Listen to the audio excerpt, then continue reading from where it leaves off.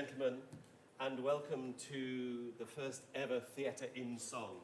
My name is Andrew Watts, and it's my great honour to be the General and Artistic Director of the amazing IVC, the International Vocal Competition based here in Den Bosch. I'd like to thank you all for leaving your beds so early on a Saturday morning and for joining us. I would ask you to please make sure that your mobile phones are switched off or to silent. And can I ask you not to please take any photographs or recordings during today or tomorrow's performances. I have lots of quick thank yous to do. Firstly, thank you to my team, who are extraordinary. Thank you to the technical staff and the wizardry of Nicole Richardson, Tom Versailles, and Ava as well, who've allowed us to put on this extraordinary feat of theatre and song, theatre in song, for your enjoyment today. The way in which the morning works is that there are 3 presentations of between 40 and 45 minutes each. In between each presentation, there is a 20-minute pause. By that, the first half of the pause, each couple will be interviewed, a little bit like a football match, to find out a little bit more about the artist. If you need the bathroom, that is your moment to leave. We are not expecting there to be an audience mass exodus between one thing and the next. So we stay, and at lunchtime we run to the coffee bar to get some more caffeine. There are some changes of order, but more of that anon. I would like to take a moment to welcome what I consider to be one of the brightest and most musical, diverse juries that the IVC has ever had, under the presidency of Ian Burnside. Can you please welcome Ian Burnside, Lizenka Heibel-Castagnon, Andrew Comben, Robert Hall, Yvonne Kenny, Paul Kildare, and Corné Rand. Thank you.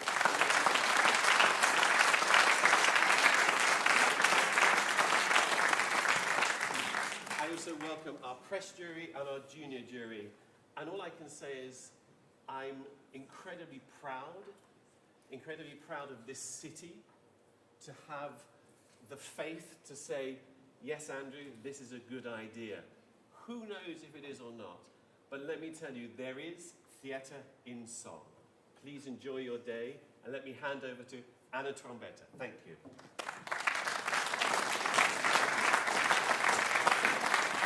Good morning, everybody. My name is Anna Trombetta. I will be your host for today. And thank you so much to Andrew. Without his vision, this would not be possible. We would not be here, and we would not be seeing these fantastic artists about to take the stage. So please, a round of applause for General and Artistic Director Andrew Watts.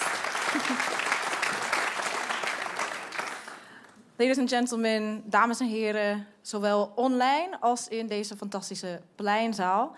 Welkom bij de 58e International Vocal Competition Theatre in Song. I want to have a special welcome to everyone online as they're also up bright and early. We're so proud to be able to offer this event globally to anyone who wants to watch, to anyone who wants to see a bit of the future of art song and lied. As I said, my name is Anna Trombetta. My name is Anna Trombetta. I will be your host for today and tomorrow. I will be holding the football-style interviews, apparently, is what we're calling them, after the duos have just performed. This will take place right here, as he said, and hopefully we'll get a little bit of insight, a little bit more insight into what the duos, where they got their inspiration, how they felt on stage performing for you all.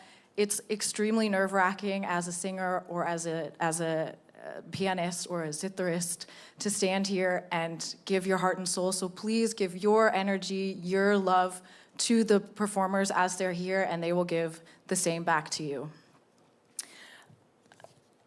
Let's see, I think that's all the housekeeping.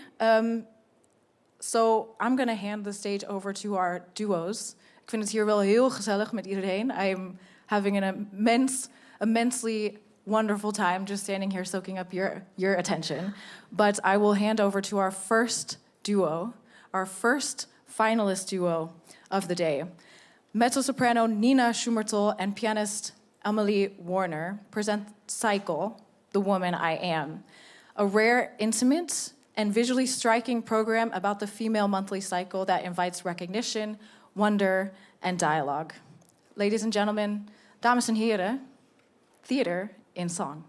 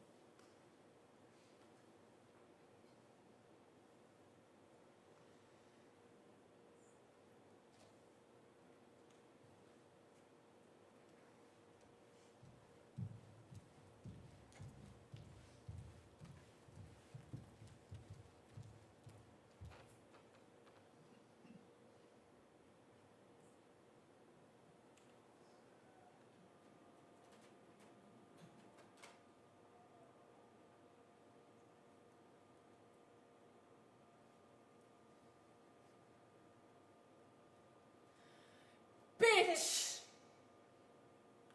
Adventure. Intense. Chaos. Stability. Easy. Confusion. Paralyzed. Wordless.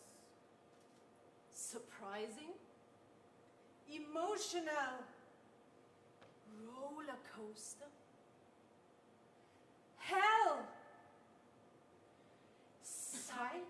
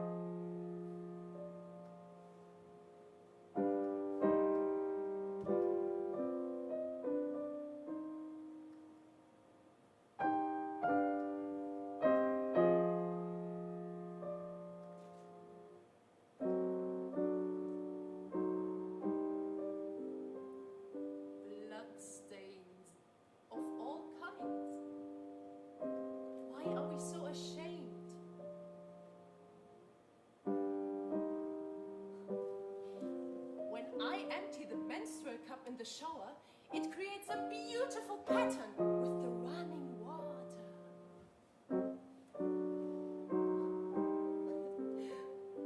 When I first got my period, my aunt threw me a red party.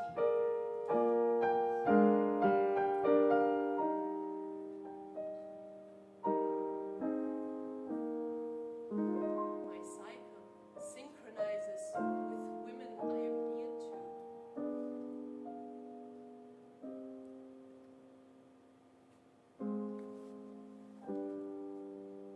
When I was having my period, once I was in such severe period pain that I fainted in the subway and nobody came to help me.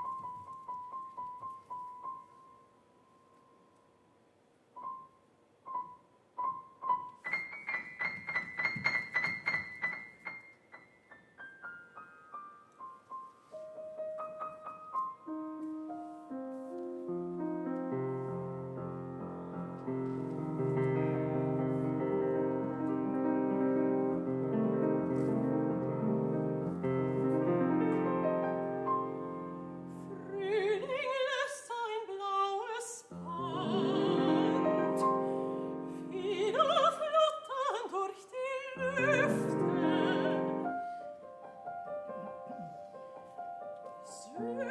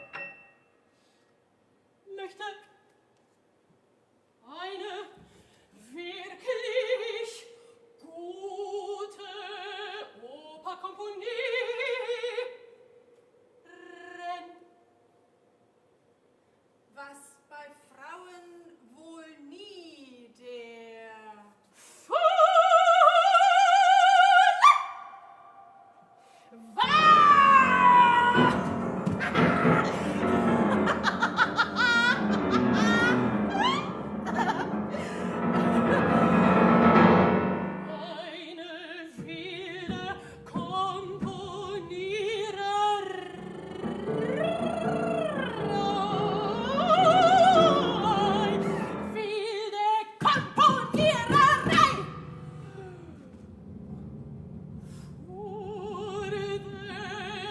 Durch Alexander Zemlinski.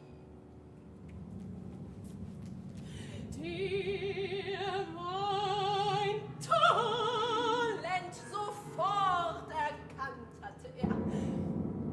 In erste Bahnen gelenkt.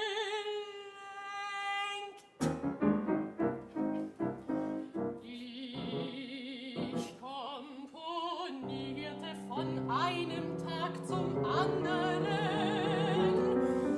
vielseitige Sonatensätze, liebte nur meine Arbeit und hatte mich plötzlich von allem gesellschaftlichem Treiben zurückgezogen. Es war fast selbstverständlich, dass ich mich in Zemlinski, der ein hässlicher Mensch war, verliebte.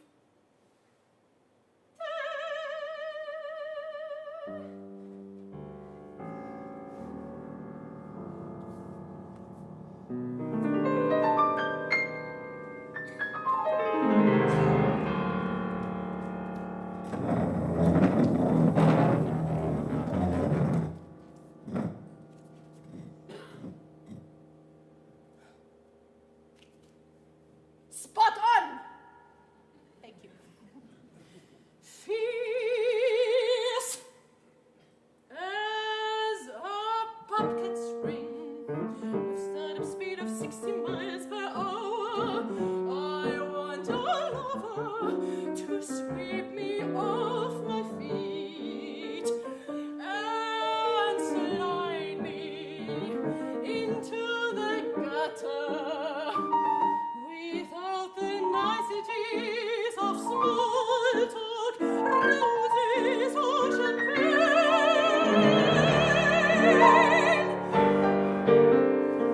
I'm in business. I want whiskey. I want to be swallowed up. I want tiles to spring off of walls when we enter hotel rooms or afternoon appointments. I want pussy for the road, responsibility, shorts and offs out for good. And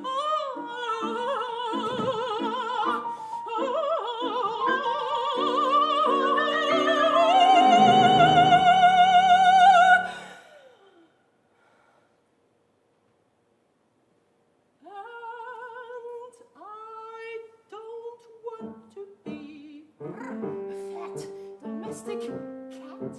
I want to be frantic, yours and gross to sound like the lion house at feeding time.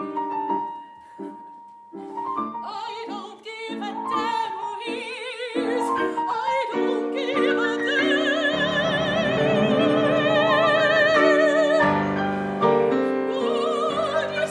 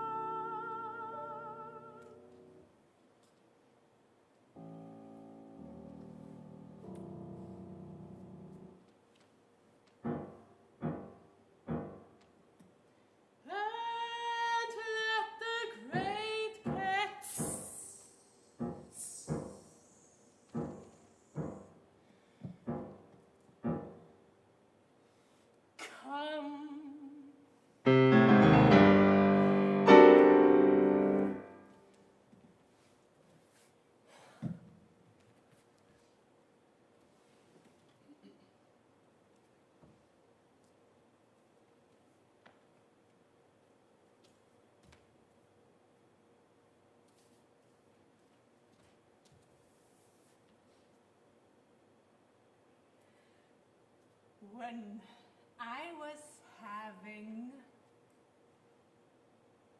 a very high hormone level, when I was very emotional,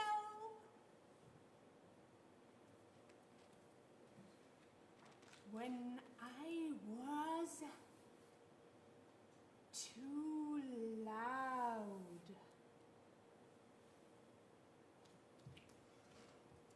when I was too much,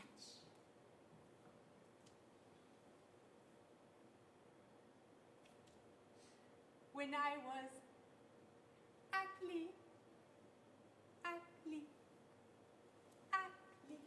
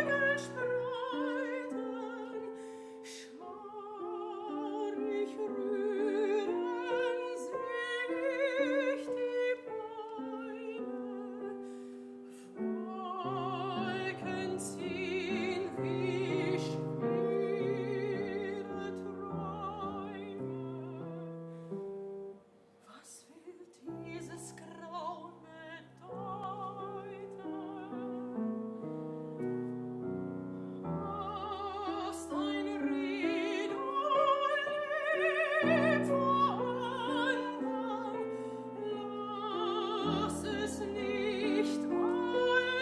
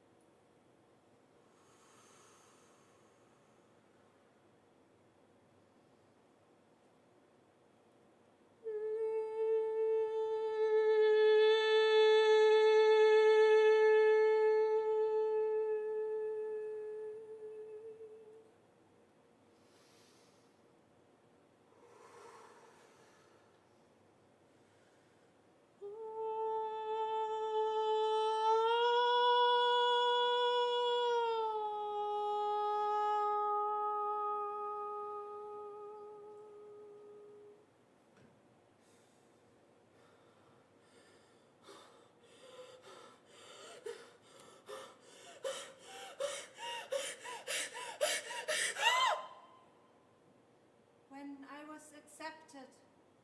When I was too much. When I was loving. When I was too loud. When I was happy. When I was When I hysterical. was welcome. When I was When having I was met. pain. When I was too much. When I was accepted.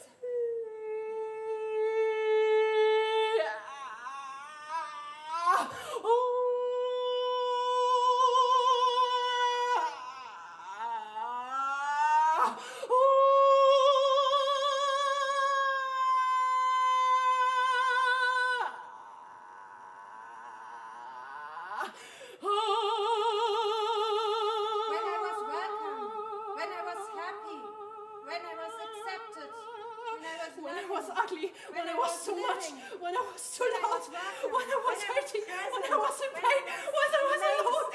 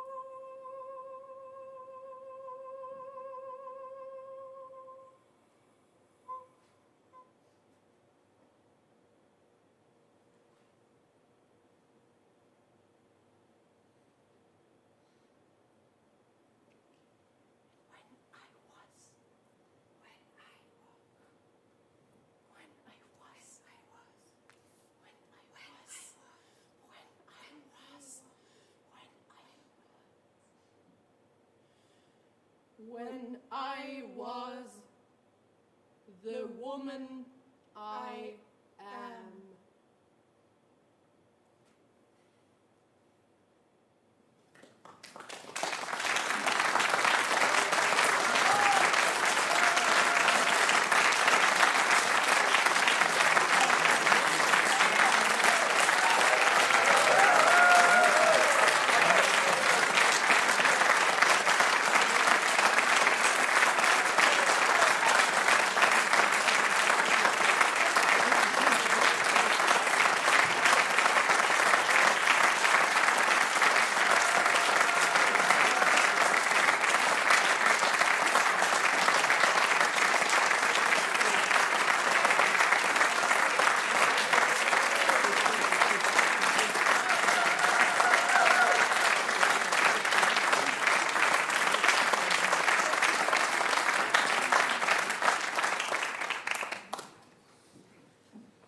All right, so we're going to have our first interview. Come here. I have some microphones for you. These are for you. And if you would just accompany me to the front. Oh, we're very close by now. Hi, everybody. I have to be honest, I thought I would have to give the duos a second to pull themselves together, but watching you guys, I had to pull myself together because it was really, really powerful watching you guys, well, watching you support her in this, for lack of a better word, breakdown. Because I think it's something, well, it's something I can very much relate to as a woman, but of course all of the women here can relate to. And that sisterly support was really, really beautiful. How do you feel?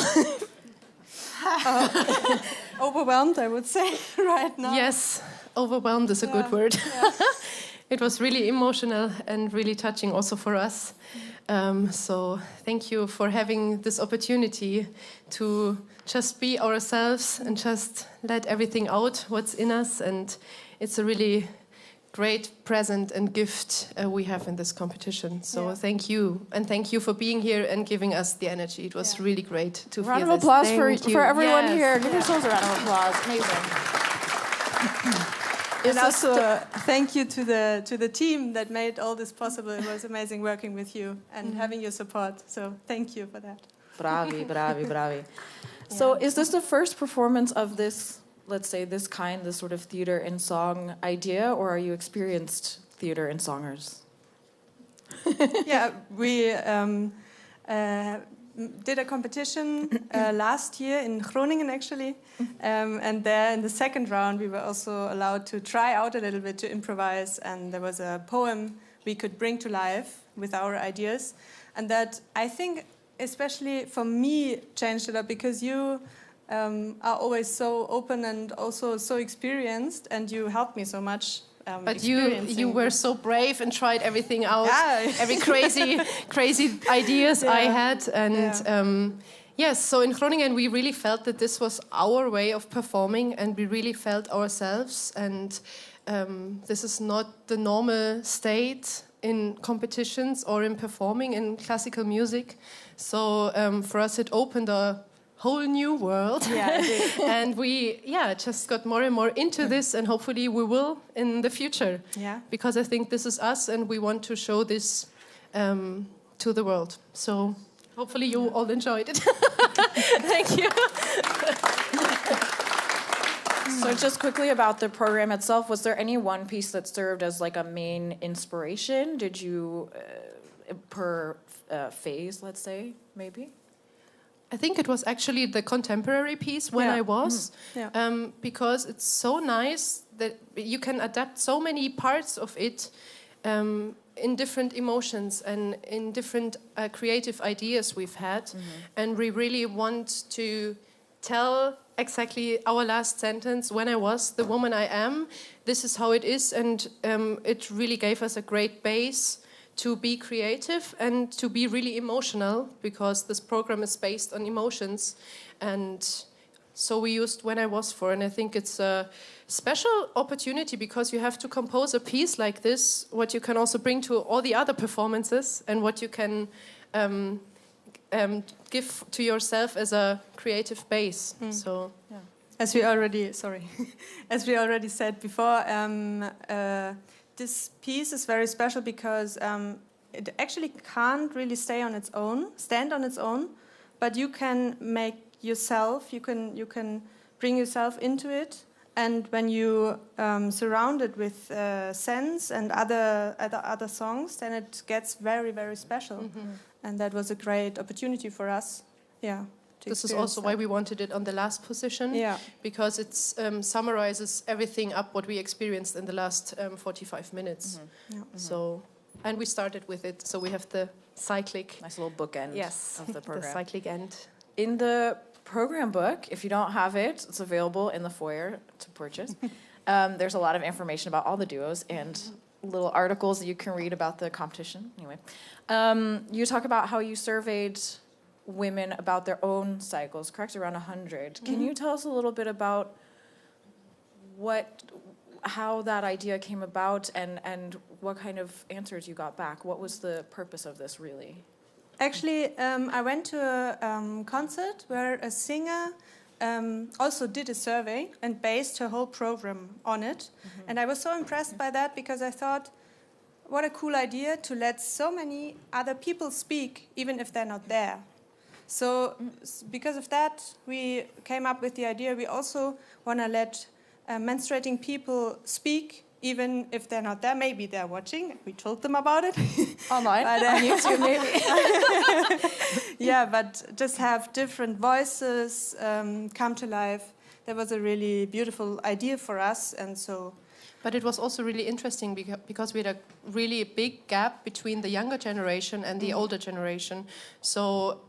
for example, the generation of our parents and grandparents never really talked about this topic a lot, and the younger generation is getting more and more into it, but still is a little confused about it and is not really educated also about the cycle, and it's a really Ashamed, perhaps? Yes, Yeah. ashamed. Some of them are ashamed, but also in some cultures it's really a big celebration.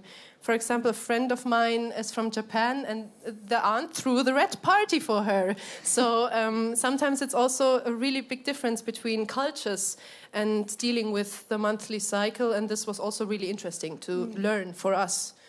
Yes. I want a red party. I mean, to start this. Sounds like an amazing tradition.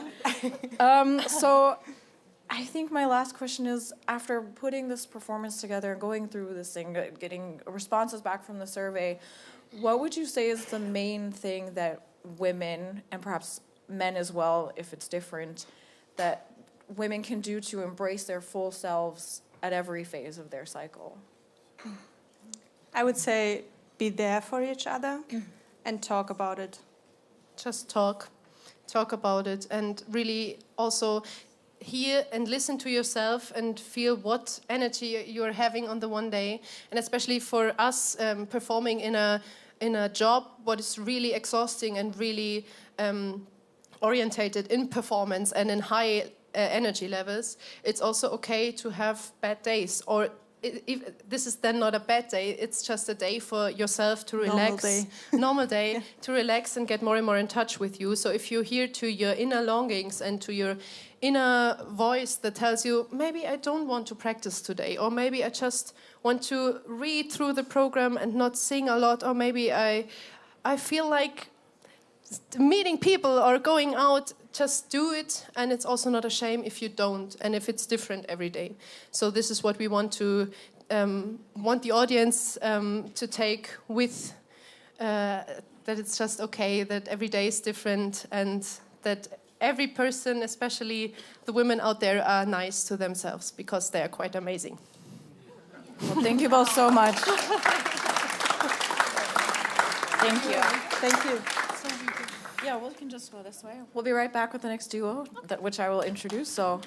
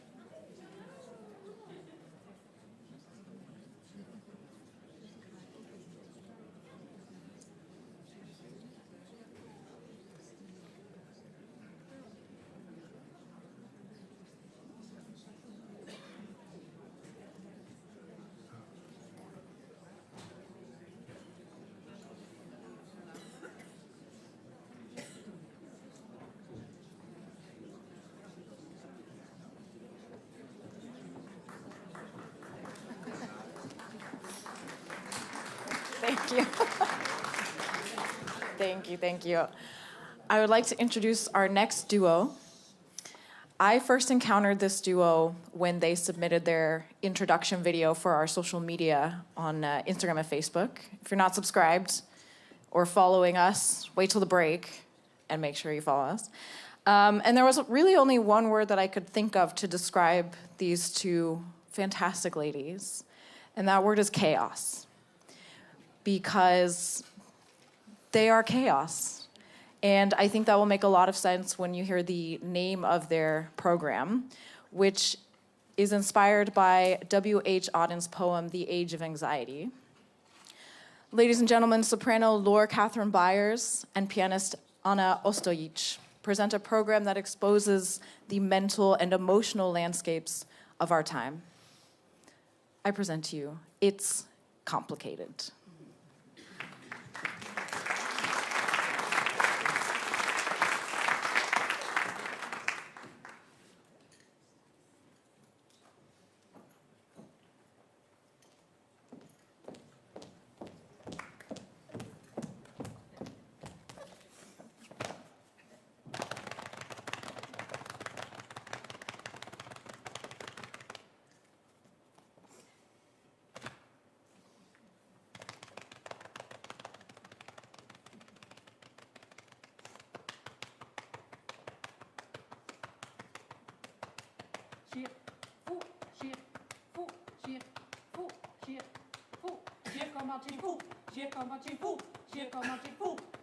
Porter des écharpes et ton vêtement choisi. Agiter des crécelles et lancer sur la route en chantant des chansons de chien fou. Après que tout le monde soit allé se coucher.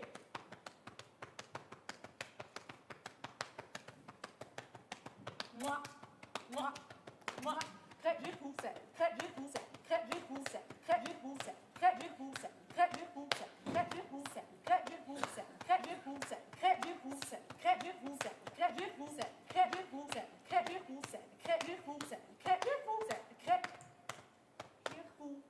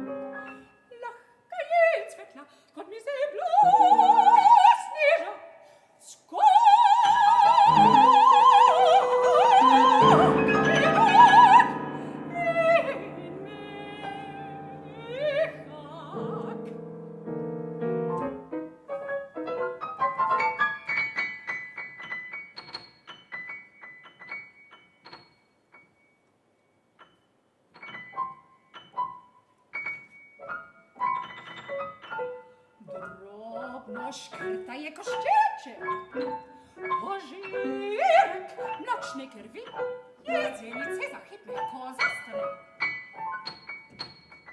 Jen wiszy, przez byle,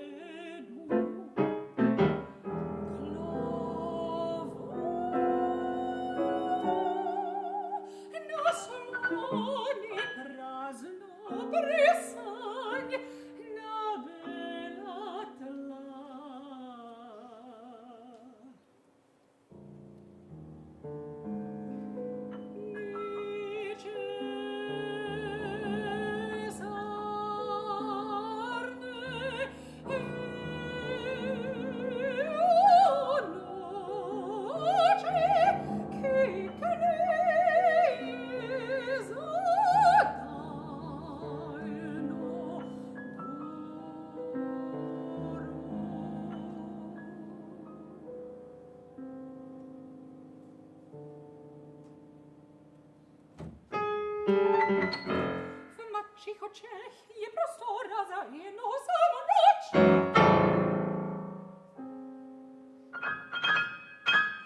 Z jutra zdrób se w tebe i mirno nastawi smierczek słońcu.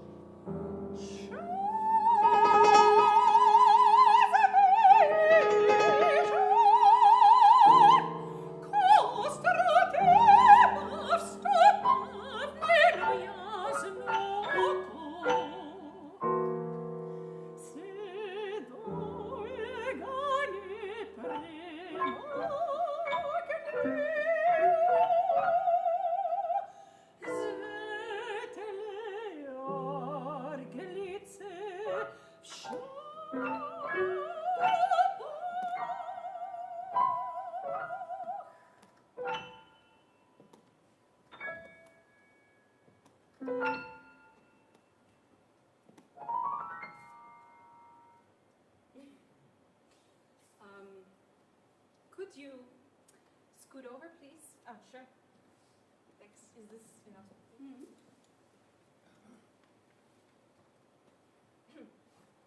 I'm sorry, just a second.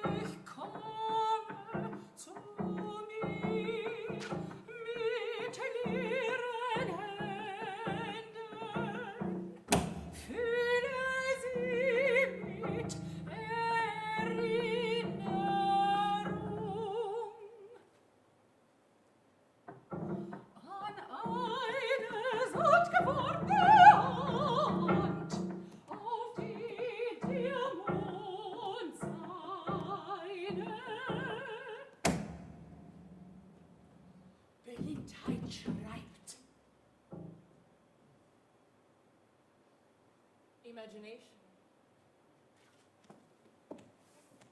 Imagination is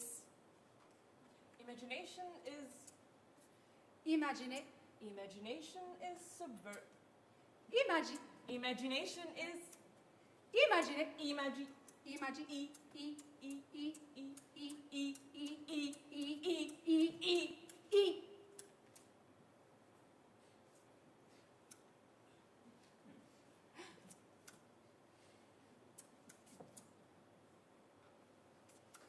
Imagination. Imagination is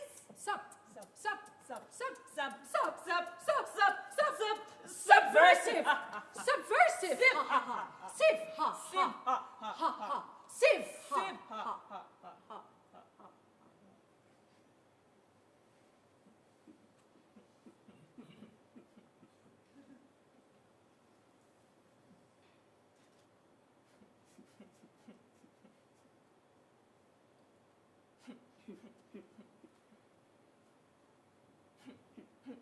Imagination is subversive because it proclaims the possible against reality.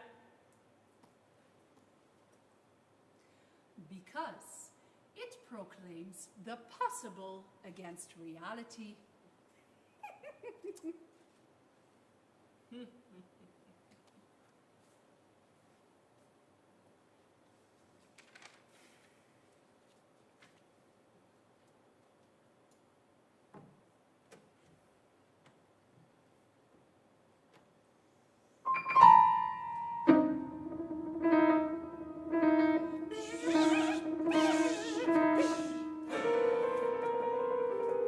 Buzzing outside the window. I think of people knocking and raise the glass.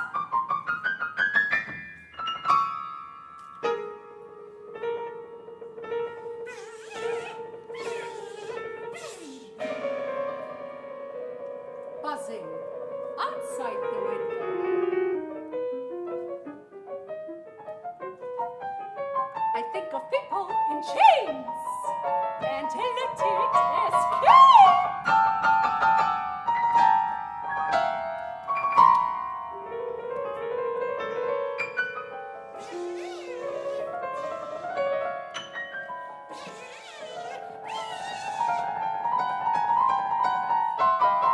Desperate, it looks against on the enemies and minds.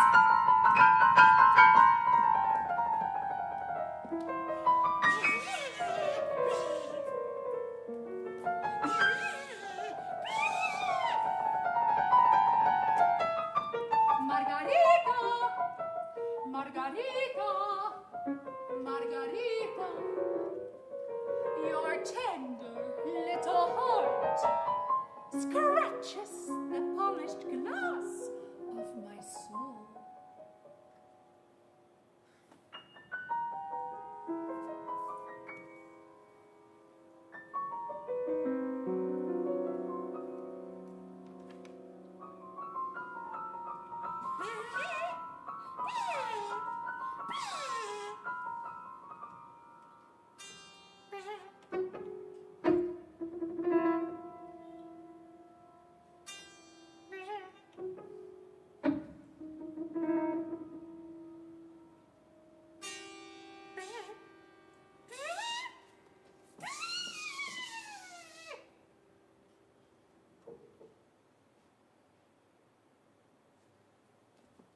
Could you please listen to me?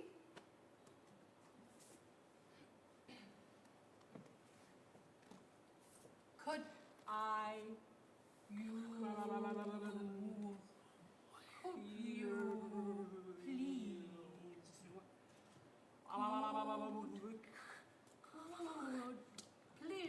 listen. Listen to me. Could you please listen? Could you please? Could you please talk?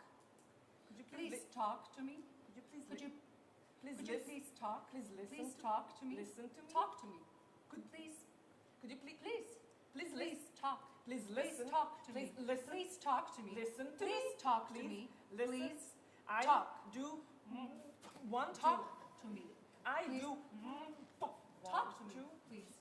I Could you? do Talk to me. I do. Talk to me, please.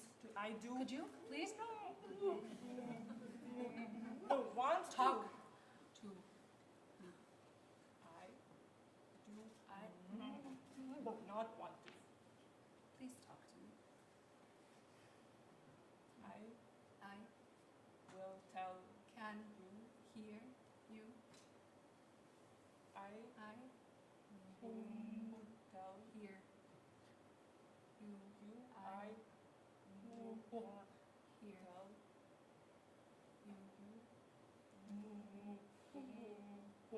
I tell hear you.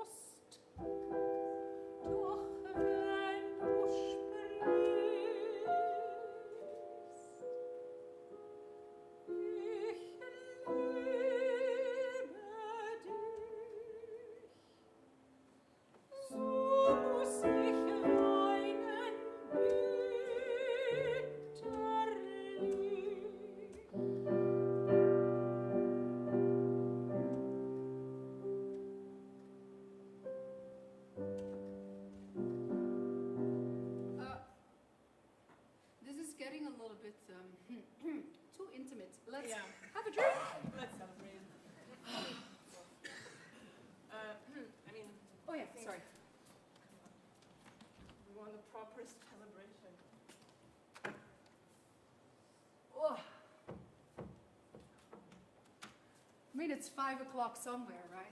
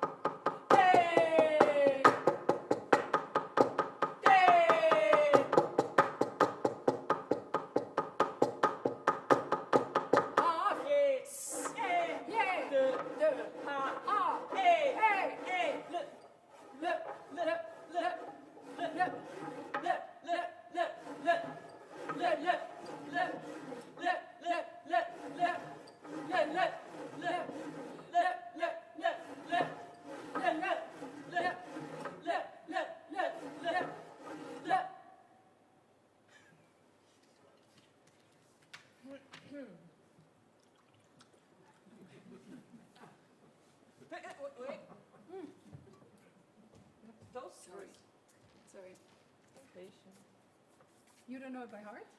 I mean, I kind of don't have to. So. Pianists, ladies and gentlemen.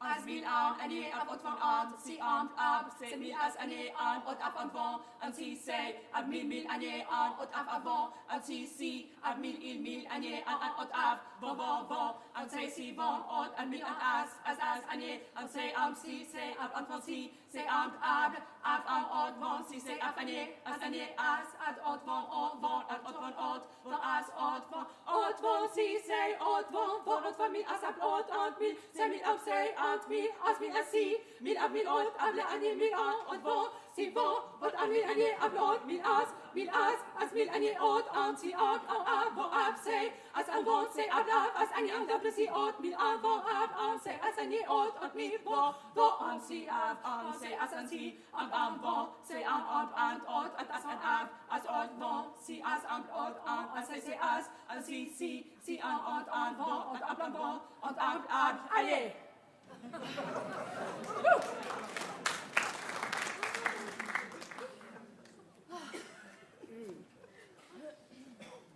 Amoeba. Proteus. Spongilla. Lacustris. Crasperacusta. Soviblin. Hydra. Oligactris. Peripatus. Capensi. Grillotalpa. Grillotal. Glossina. Palpalis. Lepomis. Kiboscus. Tinka.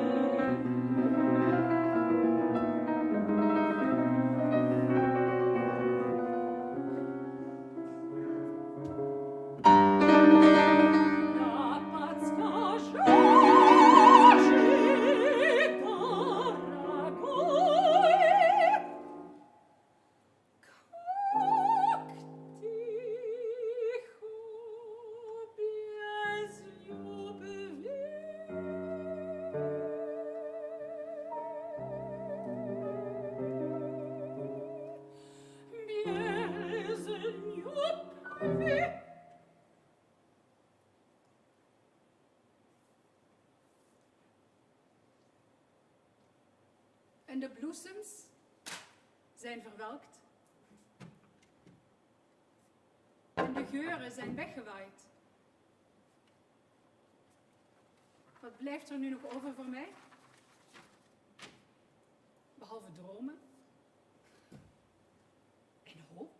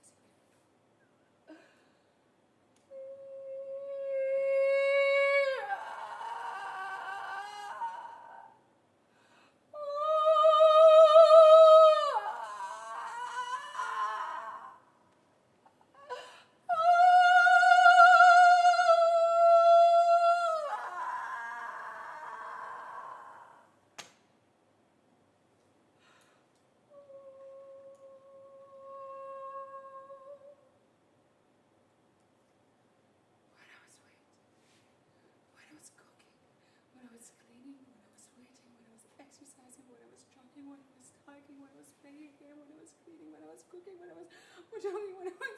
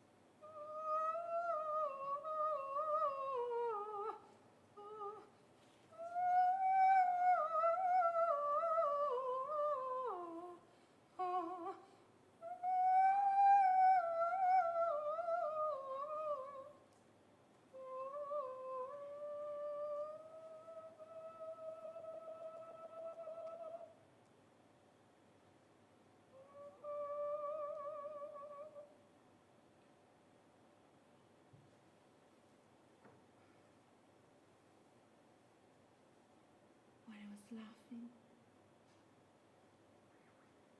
when I was crying, when I was singing, when I was dancing, when I was laughing, when I was crying, when I was singing, when I was dancing, when I was dancing, when I was dancing, when I was dancing.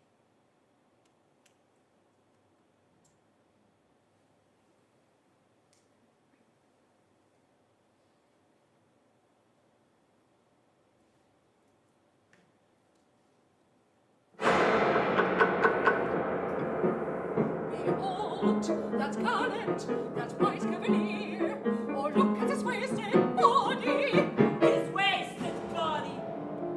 It is the moon that dances in the courtyard of the dead. Oh look at his wasted body, darkened with shadows and wolves, shadows and wolves. The moon is dancing in the courtyard of the dead. Let me perish, let me die in my sleep, while dreaming of golden flowers. Oh, mother, the moon is dancing in the courtyard of the dead.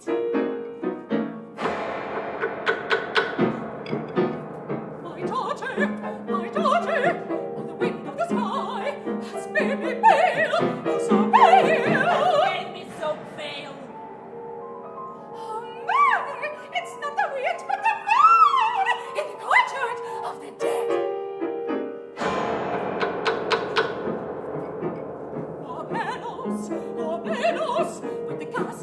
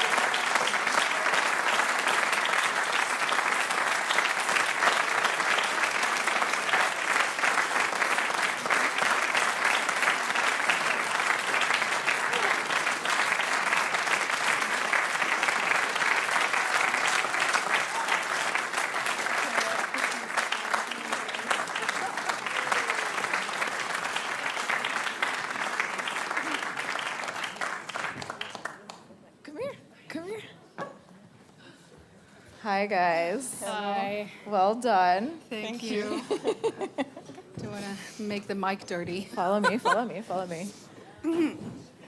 Yeah, you look very dead. Yeah, I mean, Well done. How do you guys dead, feel? but ready for some cleaning. Yeah, too, dry so, cleaning. yeah. Dry cleaning emergency. Dead cleaning, yeah. Yeah. Yeah, I mean, it was a wild ride. But I enjoyed it a lot. Well done. Kudos to being able to sing while straddling her on the piano bench. That was pretty Yeah. impressive. Thank you. That was amazing. How Thank did you, you thank guys you. come up with this program? I mean, yeah.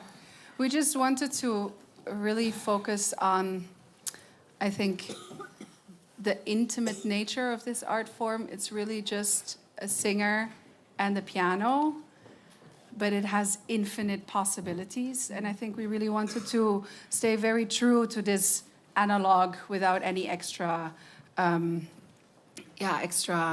electronics or anything. Just me and Anna and all the possibilities. And we really wanted to focus on just human emotions in their purest, most intimate, sometimes also most extreme form. But we wanted to make an intrinsically human performance with a crazy ending. Yeah, and we wanted to kind of have a storyline in which we don't have to fake anything, okay, besides death, but it is also a metaphor for all these wrong relationships, and it is kind of a death of a love in that sense. And I think a lot of elements that were in the program itself are something that probably most people can relate to, the way they trusted someone, the way they were left when they feel the safest, and all these elements. We wanted to have them very raw. Yeah. In that sense. And you guys call yourself a performing duo, is that correct? Performative, yeah. Performative duo. Can you explain what that means exactly? Yeah, so all the music where we didn't play nor sing, it's what they call in the contemporary music world performative music, where you are not really, I'm not, she's not at the piano and I'm not singing, but still it's music that expresses a lot and that has its own music. And I think calling ourselves a lead duo just didn't feel like, because we want to really explore those boundaries, like what are our possibilities in storytelling in different ways, using different tools. Yes, and I think that we have this approach that all the music is kind of performative. And we wanted to kind of use these purely performative pieces as a glue to show the performative capacity of all the other music. So that was... Well, I really admire you guys' ability to work in this performative, and in a way, it's all... They all have a humor element to them, right?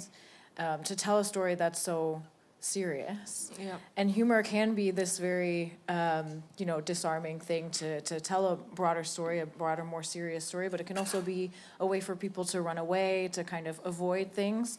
Did you guys encounter this duality in your preparations? Totally. Absolutely, yeah. I mean, it was very important for us to also have funny pieces because humor is so important. And as you said, it has different, it stems from different things, right? Like sometimes you use humor as a mask because you don't really want to show your own emotions. Sometimes also we have a lot of fun while rehearsing as well. Like it's also part of who we are. And I think we as musicians, we take ourselves so seriously all the time. And I think, times where, maybe this is a bold statement, but I do stand behind it, like times where we want to show that we've understood Schubert better than Schubert himself, like you can still respect the composer and really bring your own thing. And this is what we need. We need real stories, real people on stage that don't put a wall between them and the audience, that are relatable. I think this is the only way that our art form will have a future. I do strongly believe that. Yes. Well said. Nothing to add. Can you explain the choice to put When I Was, our compulsory piece by Kermit Fidel, after you've already killed her instead of before?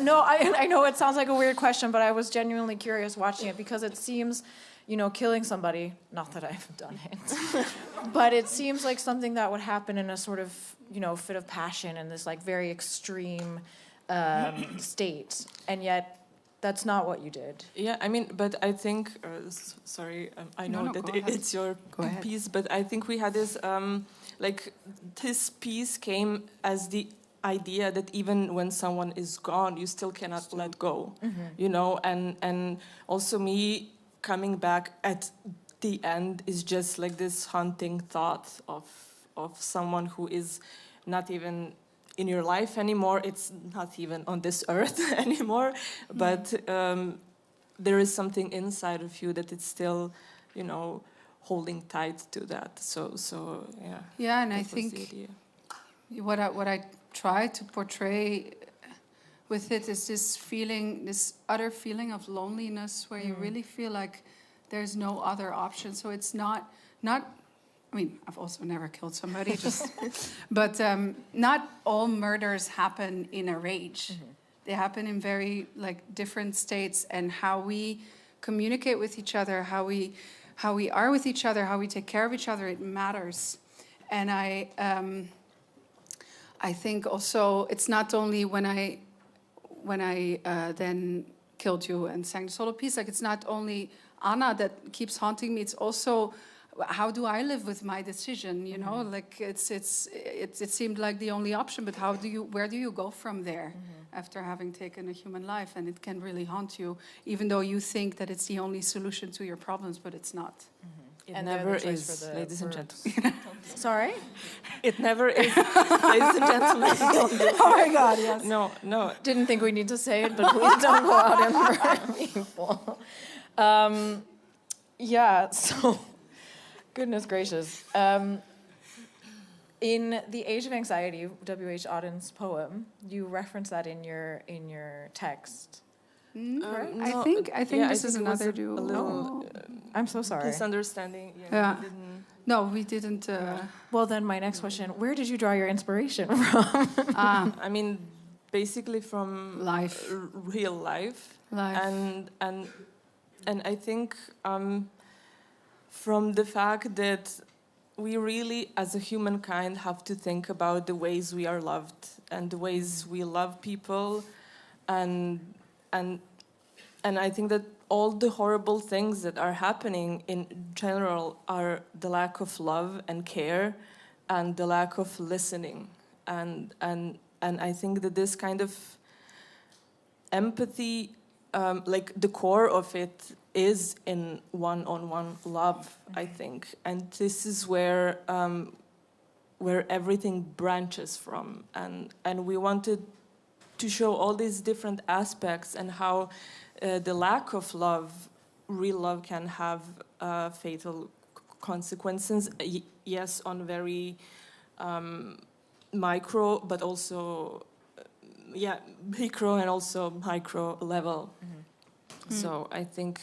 Yeah, it was the urge to tell something. Very real, personal. Real. Yeah. Well, ladies, thank you so much. Thank you. Congratulations. You can go relax now.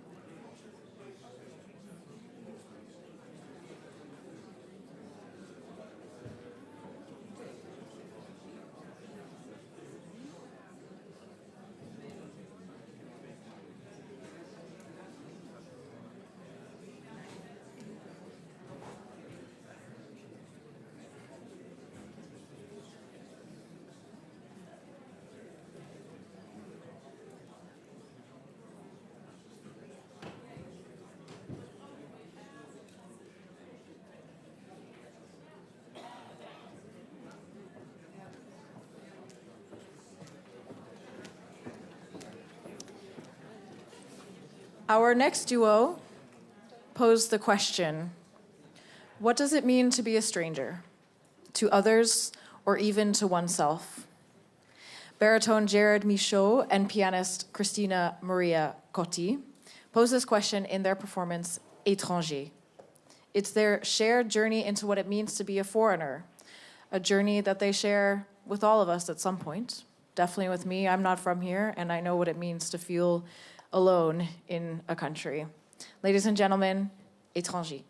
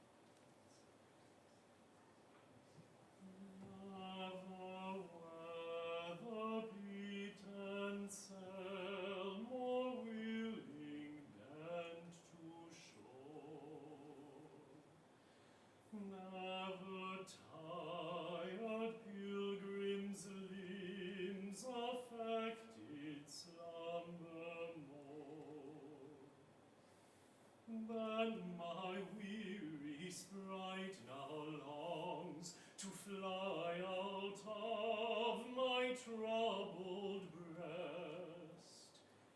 Oh, come quickly, oh, come quickly, oh, come quickly, sweetest Lord, and take my soul to rest. Oh, come quickly, oh, come quickly, oh, come quickly, sweetest Lord, and take my soul to rest.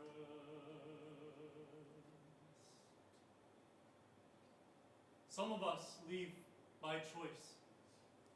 Some because the ground shifts beneath us and we have no choice. Some just wake up one day and know it's time.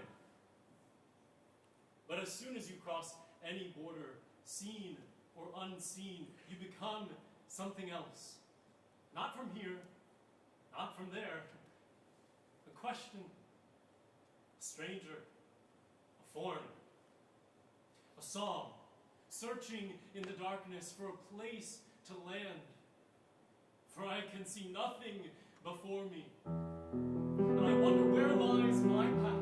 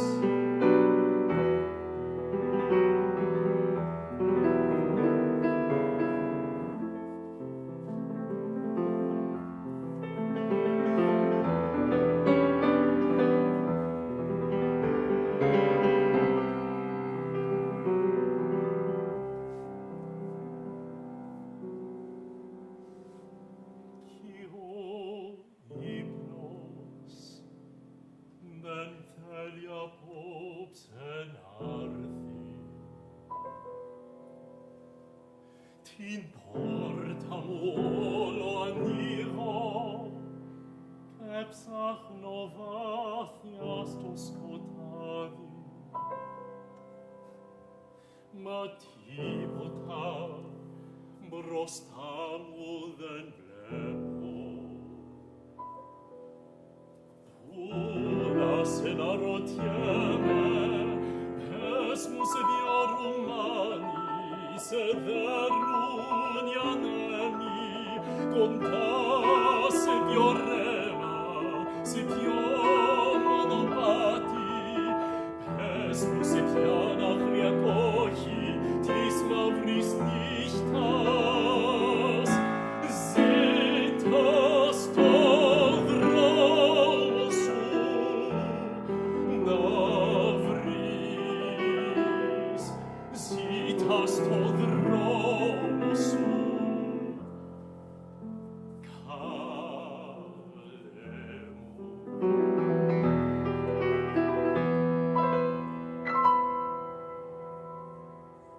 Until one day, you stumble upon something.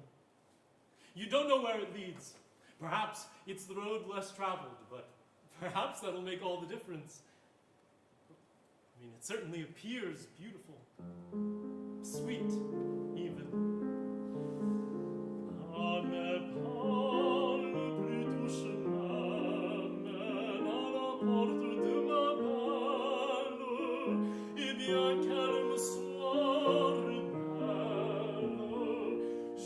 Encore passer demain, il lit tout fleuri de jasmin, au temps de la saison nouvelle, et bien qu'elle me soit cruelle, j'y passe des fleurs à la main,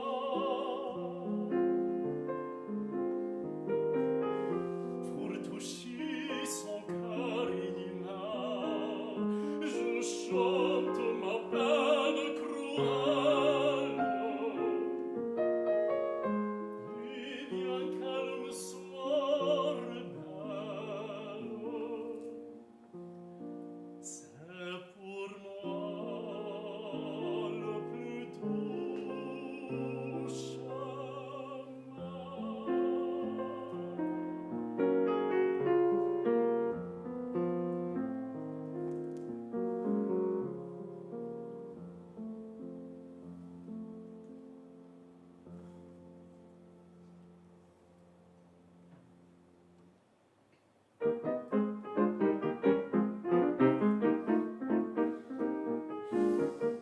In ein freundliches Städtchen tritt ich ein. In den Straßen liegt roter Abendschein. Aus seinem offenen Fenster eben, über die reichten Blumenflor hinweg, hört man dort Glockentöne schweben. Und eine Stimme scheint ein Nachtigallenchor, dass die Blüten beben, dass die Lüfte leben, dass in höherem Rot die Rosen leuchten vor.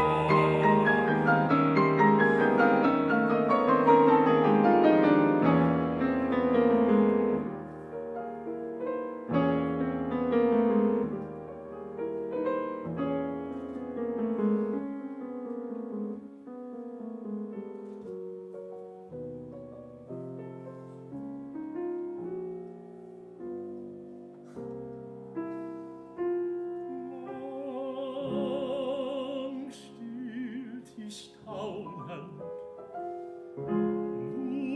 Lust beklommen, wie ich hinaus vors Tor gegangen, ich weiß es wahrlich selber nicht.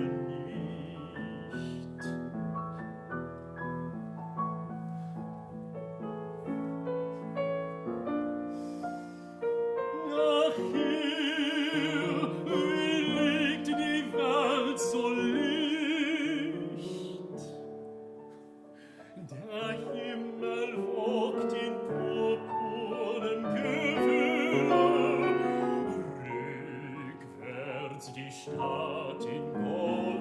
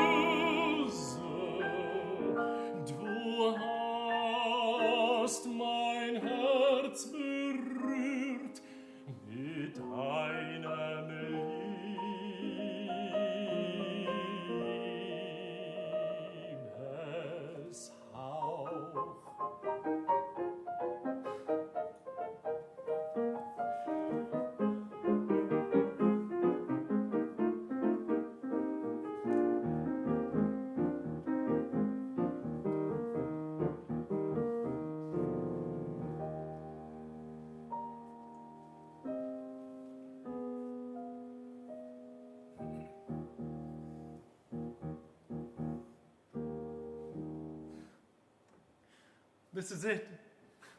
I knew it existed.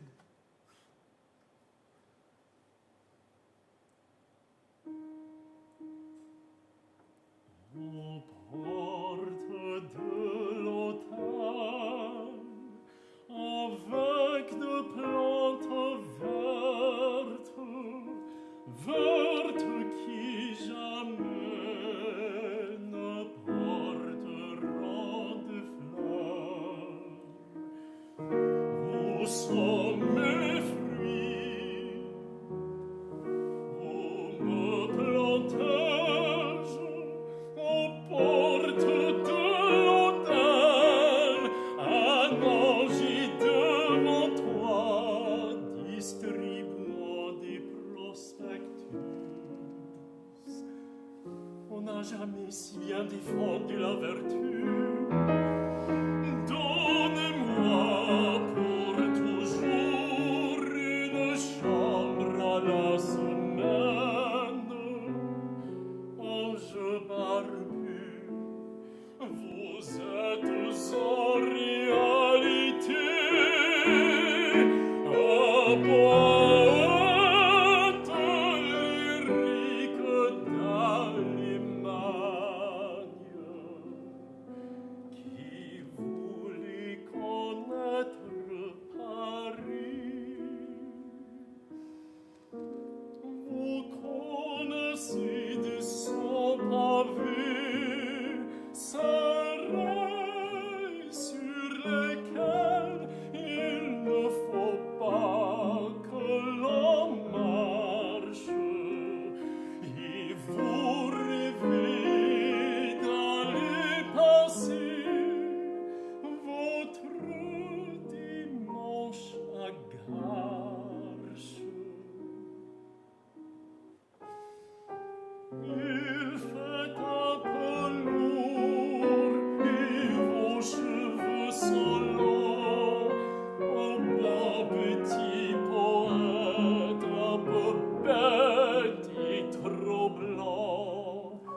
Vos yeux ressemblent tant à ces de grands ballons qui s'en vont dans l'air pur. À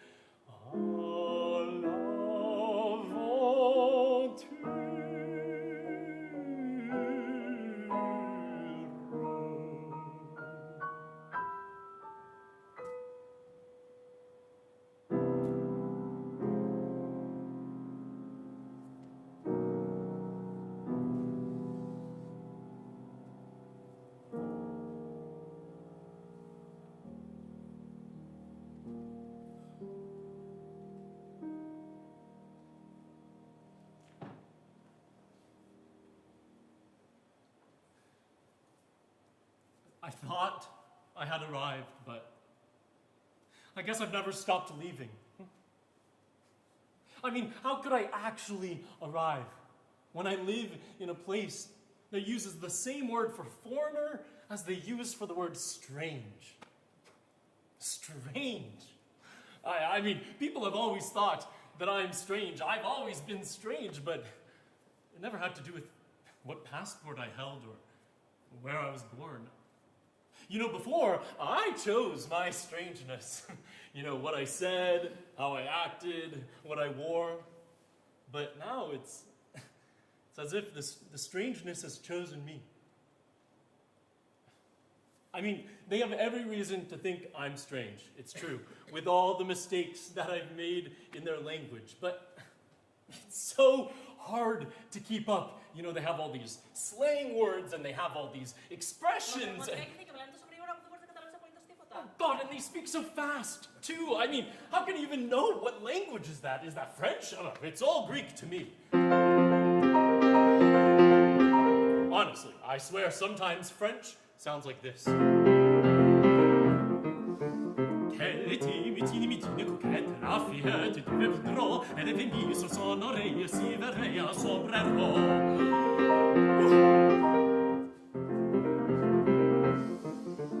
Elle a avait un petit écran de Diane courant du cerf, adopté d'une cavale qui détale le désert.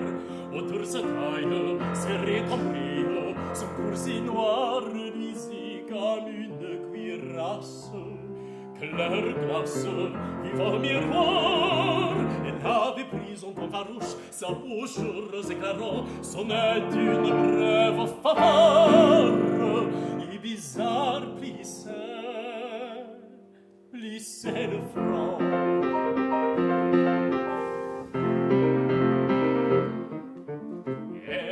Frappait contre les dalles, sa sandale fiévreusement, elle attendait impatiente, défiante son jeune amant. Il ne viendra pas, songeait-elle, l'infidèle, il est trop tard. Elle tenait dans sa main blanche par le manche sa fin poignard, qu'elle était troublée, inquiète, la fillette du vieux Pedro.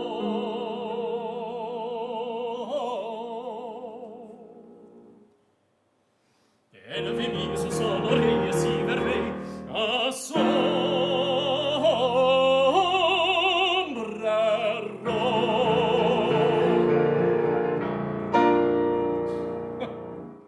I mean, how can you even keep up with that? You know, at least at home, I was understood.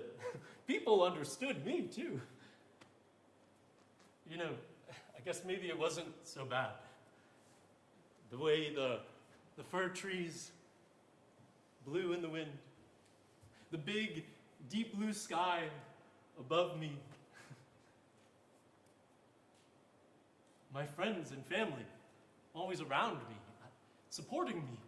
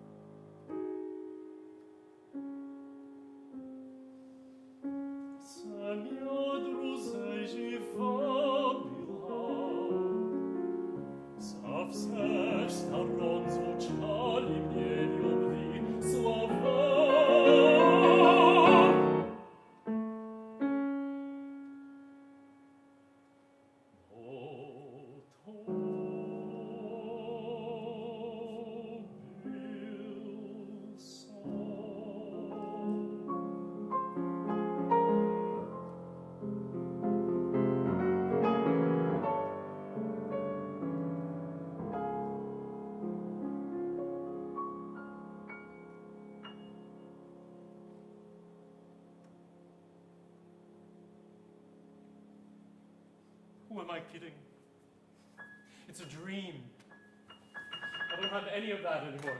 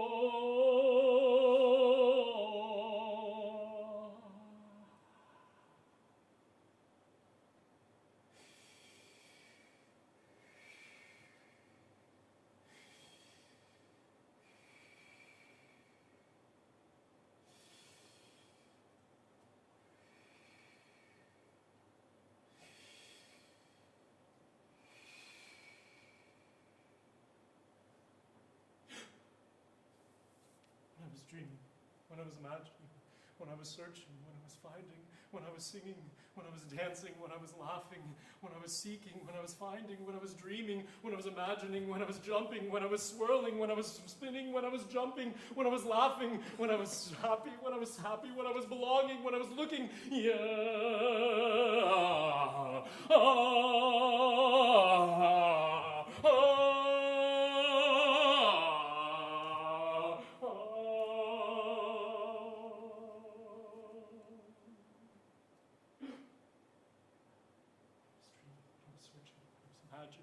When I was belonging, when I was jumping, when I was looking, when I was seeking, when I was finding, when I was moving, when I was dancing, when I was laughing, when I was turning, when I was spinning, when I was moving, when I was dancing, when I was belonging, when I was laughing, when I was searching, when I was belonging, when I was dreaming, when I was imagining, when I was belonging, when I was...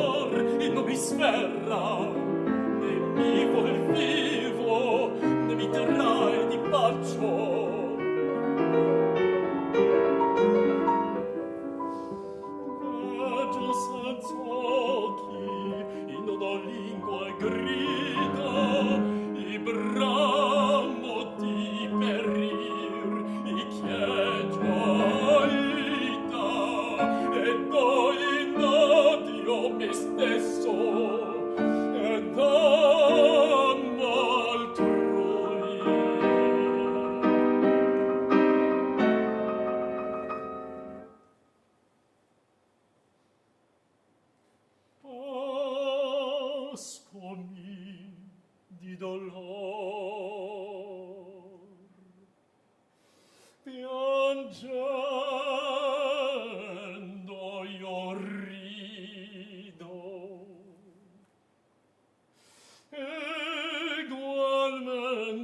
mi spiace morte vita.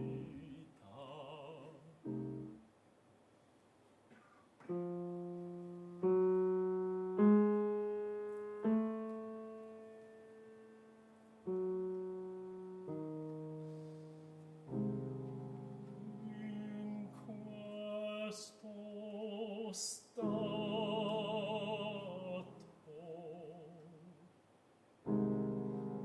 son donna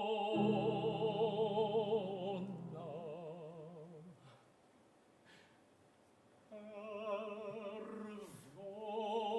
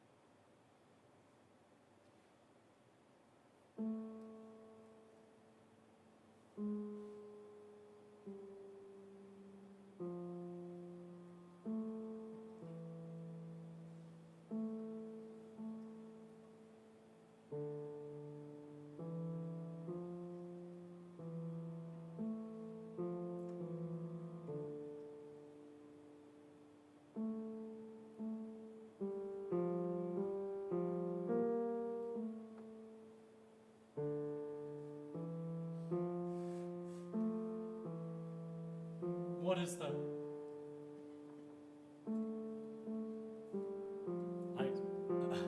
I know this song.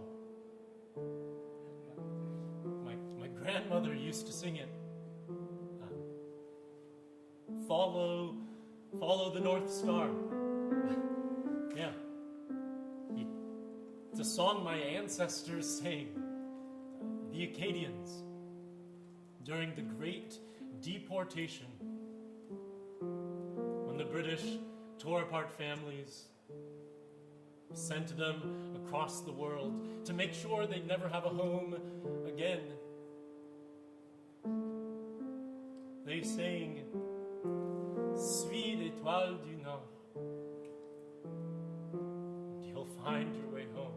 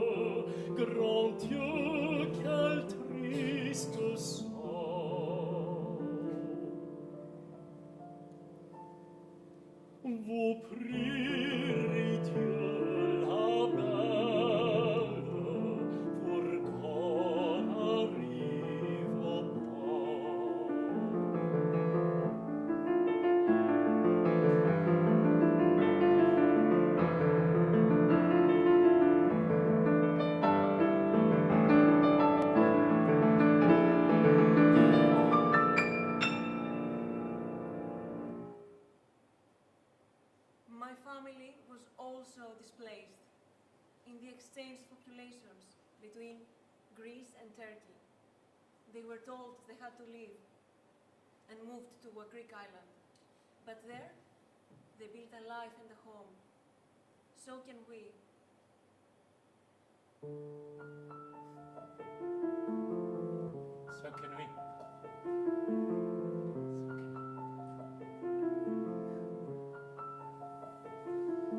Anima douce mio, souviens que j'ai promis avant de repartir, je vais te le redire. Sois-moi fidèle et sage, conserve-moi ton cœur.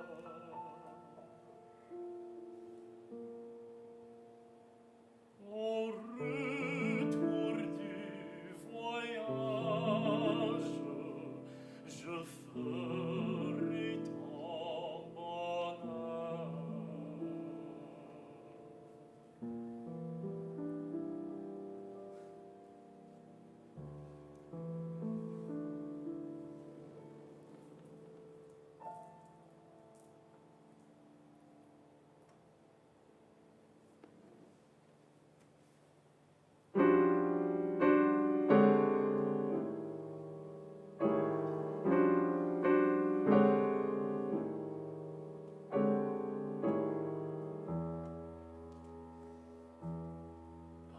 Passing stranger, you do not know how longingly I look upon you.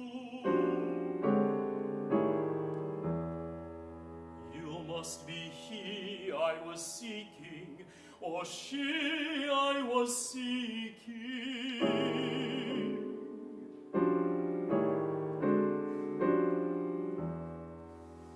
It comes to me as of a dream.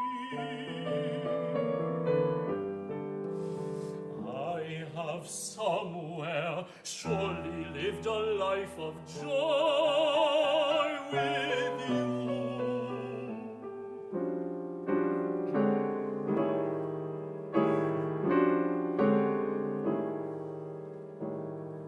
All is recalled as we flit by each other, fluid, affectionate, chaste, matured.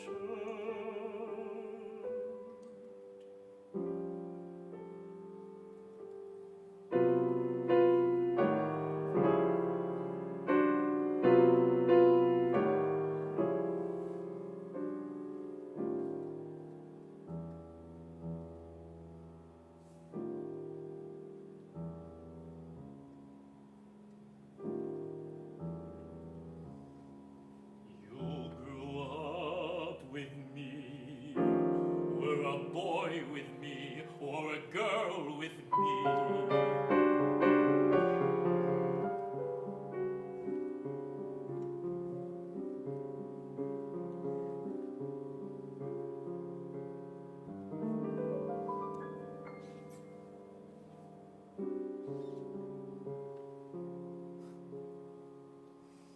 I ate with you and slept with you.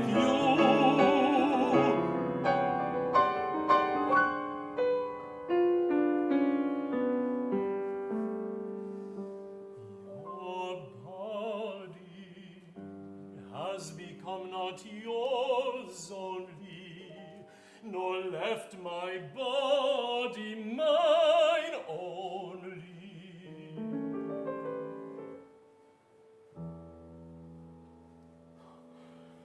You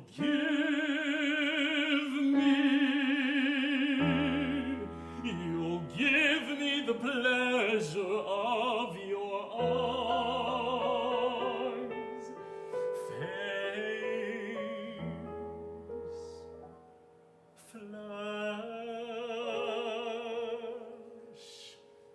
As we pass, you take of my build, breast.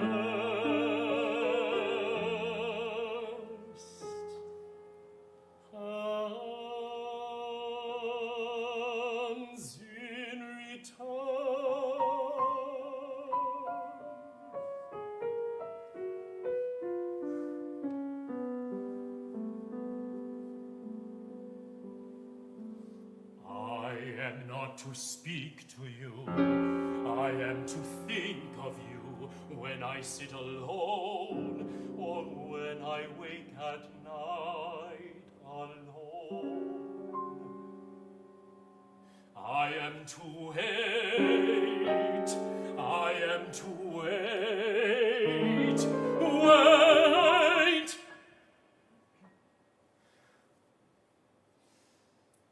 I do not doubt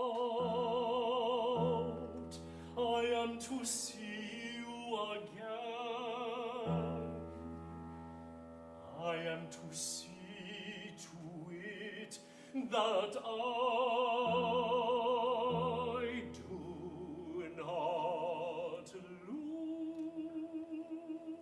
lose you.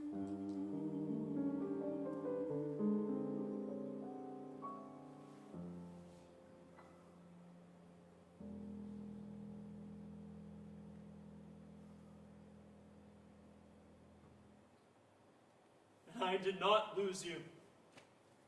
In fact, I'm meeting more and more strangers like you, like me. And together, we are opening our doors to those who feel foreign, who feel strange. We are welcoming them. You know, my friend George used to say, "Oh, call me Georgia, hon. Oh, get yourself a drink and sing the best soprano in our part of town. In beads, brocade, and pins, he sang if you happened in through the door he never locked, and said, get yourself a drink, and sang out loud till tears fell in the cognac and the chocolate milk and gin, and on the beads, brocade, and pins. When strangers happened through his open door, George said, stay, but you gotta keep quiet while I sing, and then a minute after, they call me Georgia.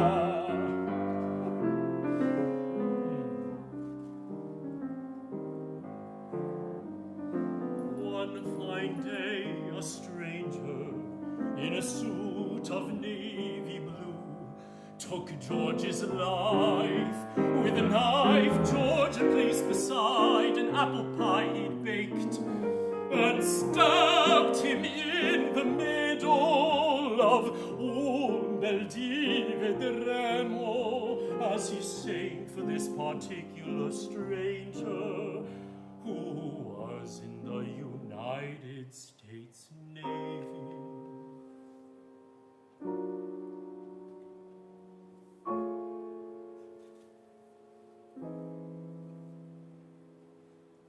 The funeral was at the cocktail hour. We knew George would like it like that.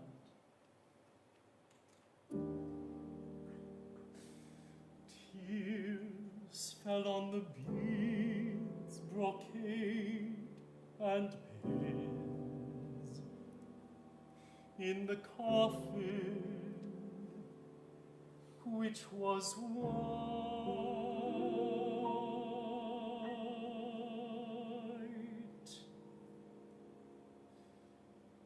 because George was a virgin.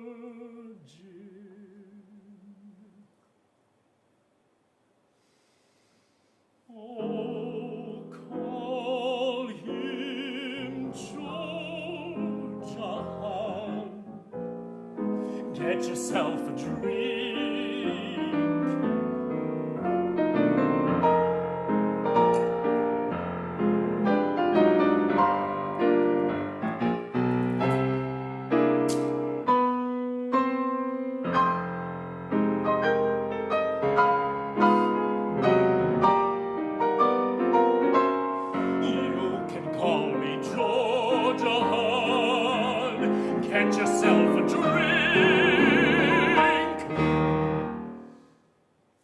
He let them in. Even the one who shouldn't have come. That's the risk, isn't it? To open your door. To open yourself. I just wanted to escape.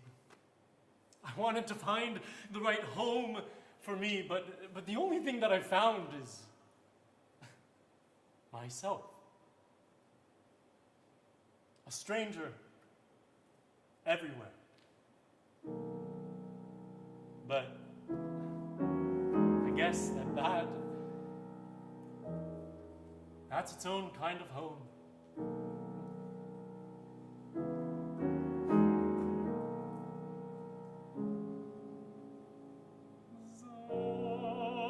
Seltsam im Nebel zu wandern, einsam ist jeder Busch und Stein, kein Baum sieht den anderen, jeder ist voll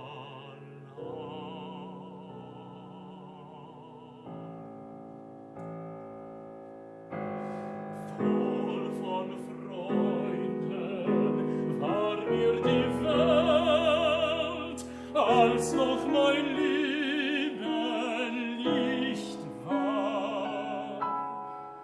Nun, da der Nebel fällt, ist keiner mehr sichtbar.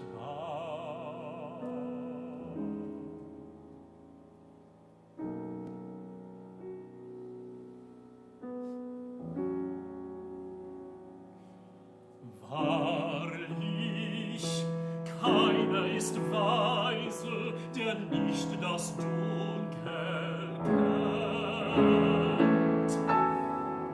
Das unentrinnbar und leise von allen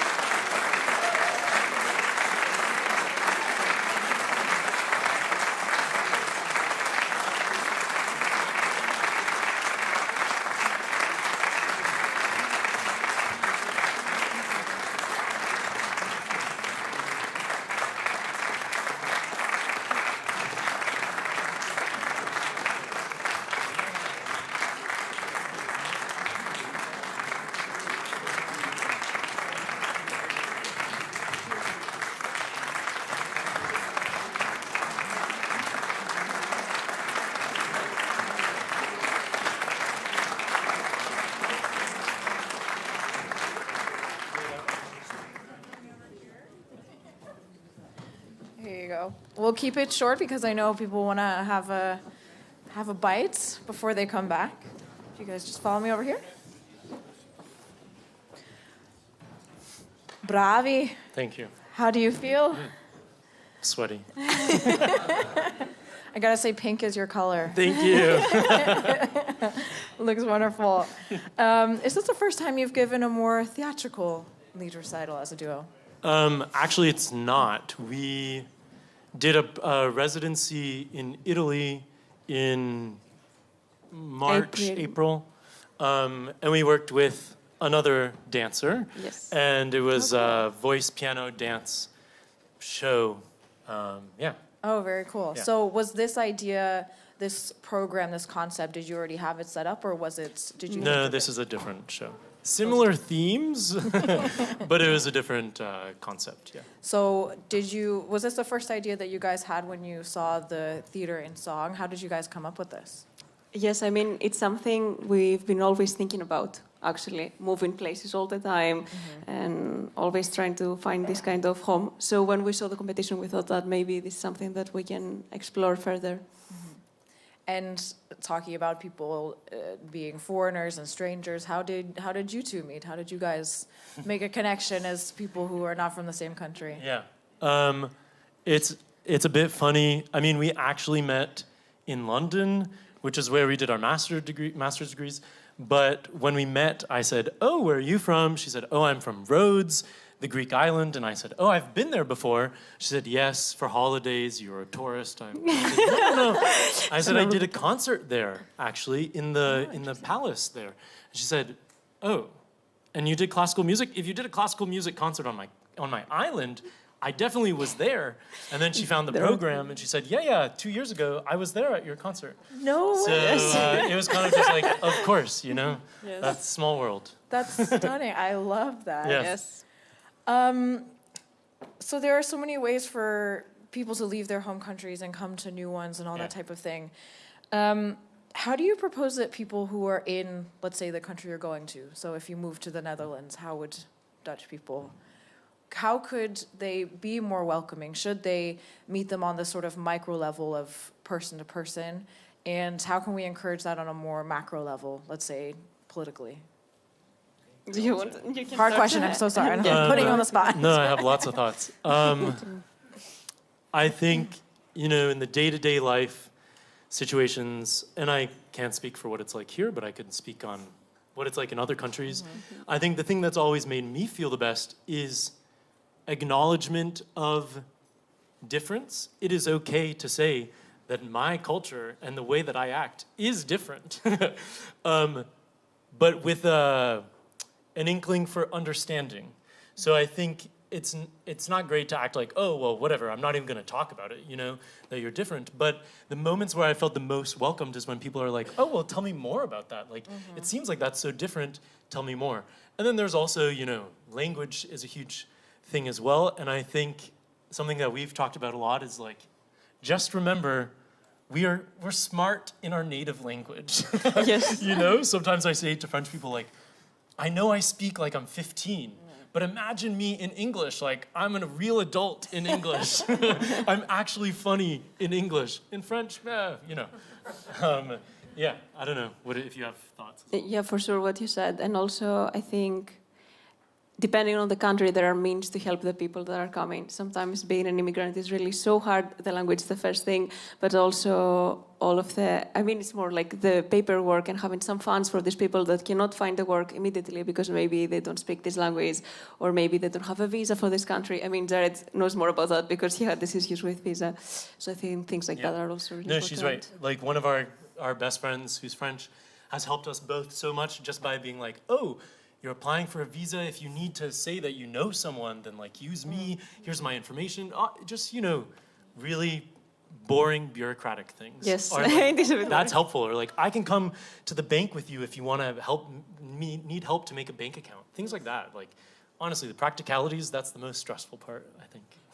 Amazing. Yeah. Well, thank you guys so much for your performances. Thank you can go relax now. Yes. And we'll see you guys later. Yes, thank you. We will return at 2:15 for the following 3 duos of the 58th International Vocal Competition, Theater and Song. Thank you.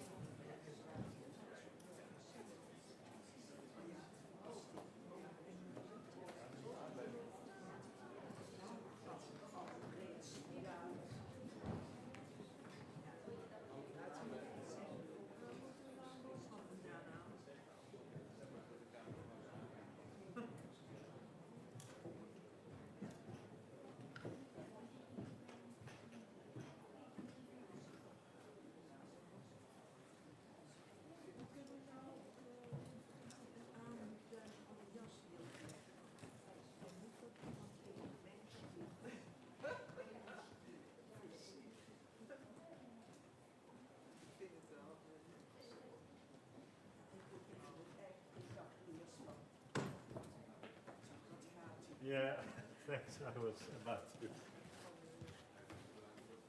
There's some.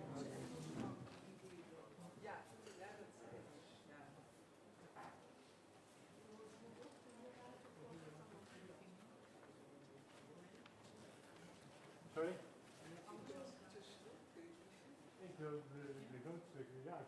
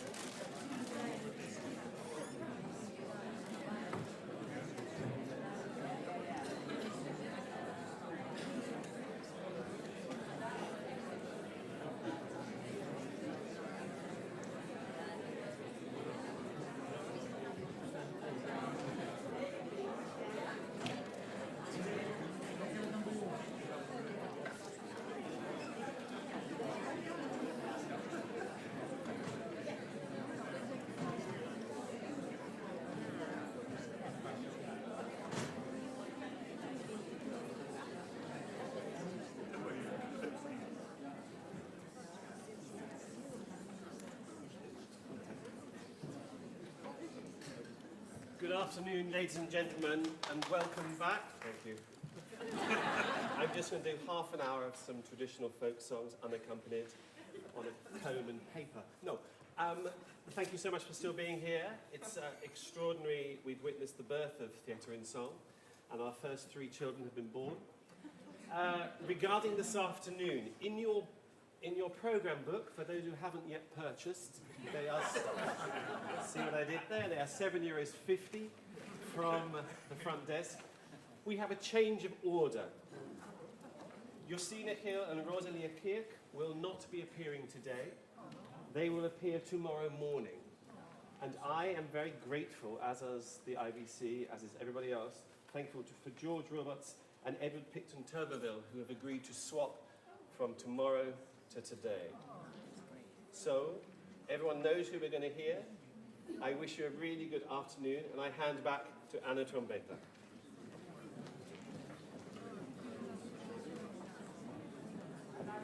Should say anymore. That was going to be my message. You stole my message, Andrew. And I thought I'd be a little theatrical and have a costume change. The back is also great. So, as Andrew said, we have a change of program. We're about to see the program, The Gentle Art of Tramping. And we will all find out what tramping means once we see the program, because I didn't know what it meant, and English is my first language, so there you go. Inspired by Stephen Graham's 1926 book of the same title, baritone George Robarts and pianist Edward Picton-Turbervill, it's a mouthful, will bring us the journey of enjoying nature and enjoying the journey instead of where you may end up. The Gentle Art of Tramping, ladies and gentlemen.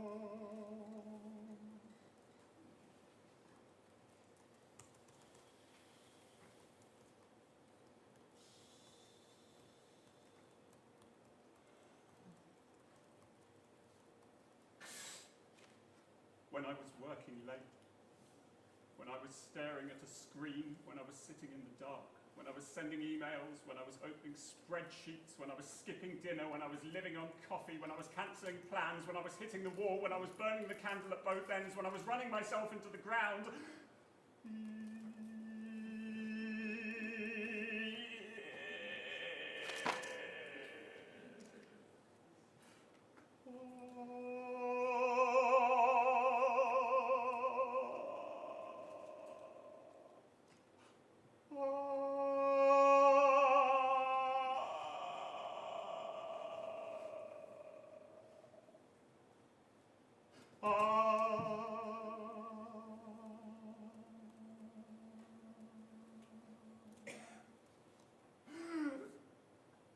When I was burning out, when I was barely holding it together, when I was sleeping alone every night, when I was seeing no one, when I was forgetting myself, when I was remembering how it used to be, when I was shutting myself away, when I was locking the world out, when I was missing her.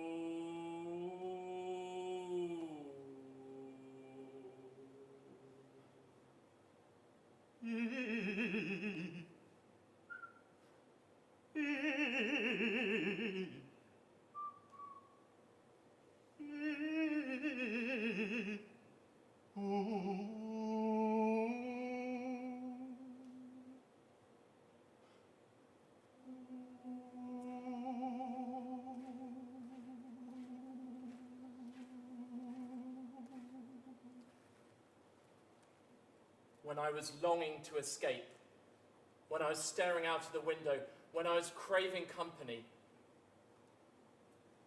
when I was opening the door, when I was seeing the sky, when I was smelling the earth, when I was breathing the air, when I was hearing the birds. When I was taking off my tie, when I was taking off my tie,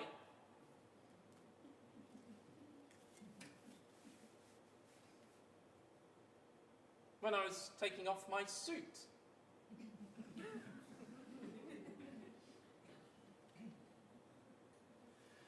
When I was taking an awfully long time to take off my suit.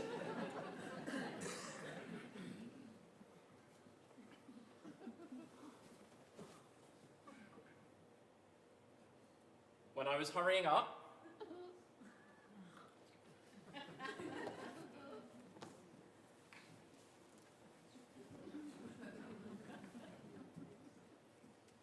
When I was putting on my boots.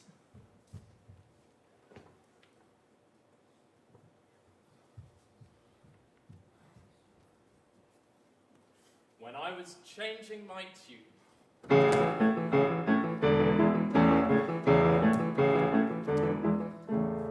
Das Wandern ist des Müllers Lust, das Wandern. Das Wandern ist des Müllers Lust, das Wandern. Das muss ein schlechter Müller sein, dem niemals fiel das Wandern ein. Das Wandern, das Wandern, das Wandern, das Wandern.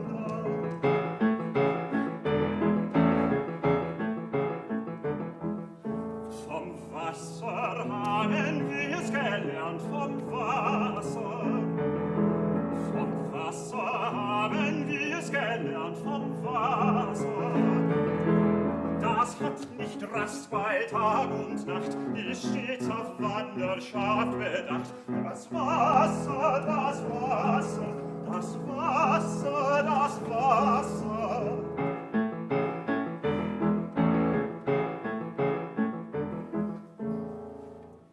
Da sehen wir auch den Rädern ab, den Rädern. Das sehen wir auch den Rädern ab, den Rädern. Die gar nicht gerne stille stehen, die sich mein Tag nicht müde drehen. Die Räder, die Räder, die Räder, die Räder.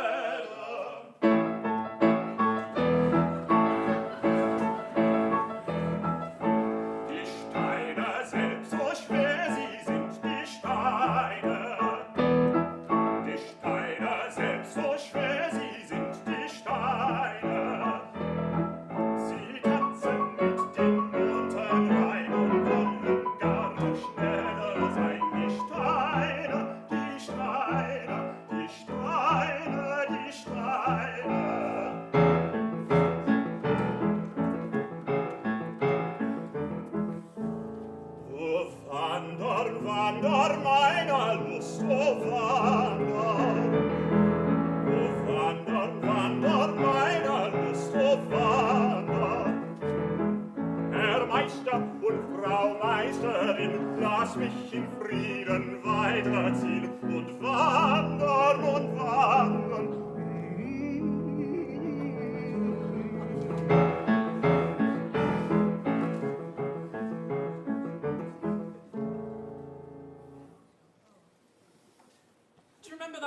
she gave you. The Gentle Art of Tramping. The gentle art of what? Tramping. You remember, it's an old word for walking. How can walking be a gentle art? All you need to do is put one foot in front of the other and keep going. Now you're just being difficult. It was charming, that book. You should read it. It'll cheer you up. I don't see how a book can do any good. When one takes to the road, the singing impulse comes to the bosom. Light-heartedness begets song. We sing as we walk as we sing, and the kilometres fall behind. What is a tramping day if it does not liberate a voice so that you can sing out your soul to the free sky? It is singing of freedom, of escape, of absence of care and anxiety, of beauty. Well, that's all very well, but I need to figure out where I'm going.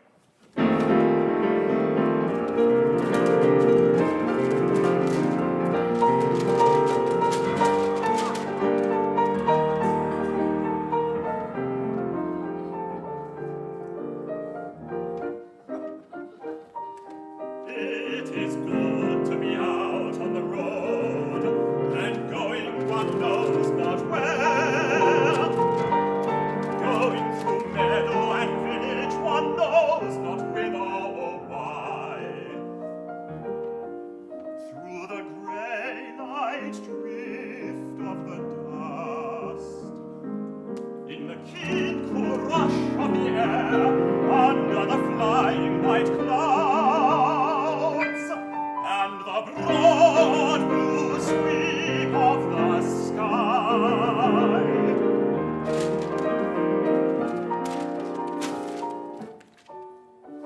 And to hold by the chattering brook, in the tall green fern at the brink, where the harebells grow, and the gorse and the foxgloves purple and white, where the shy-eyed delicate deer come down in a troop to drink.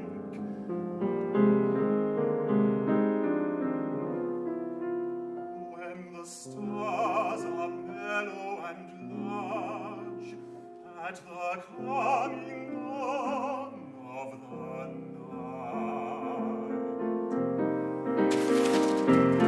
Oh, to feel the beat of the rain and the holy smell of the earth is a tune for the blood to jig to, a joy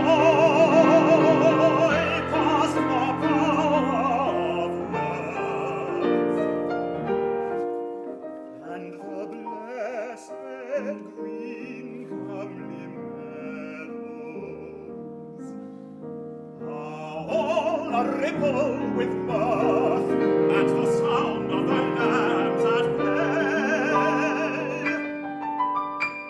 and the dear wild cry of the birds.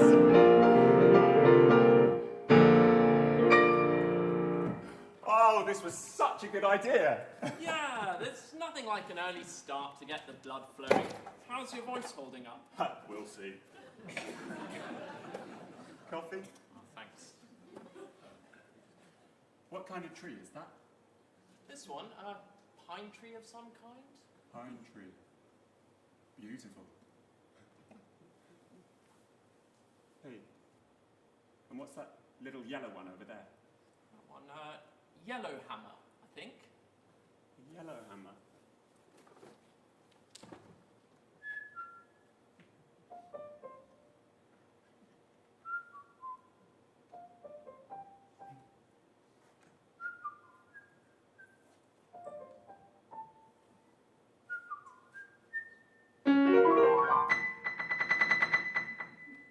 Come on now.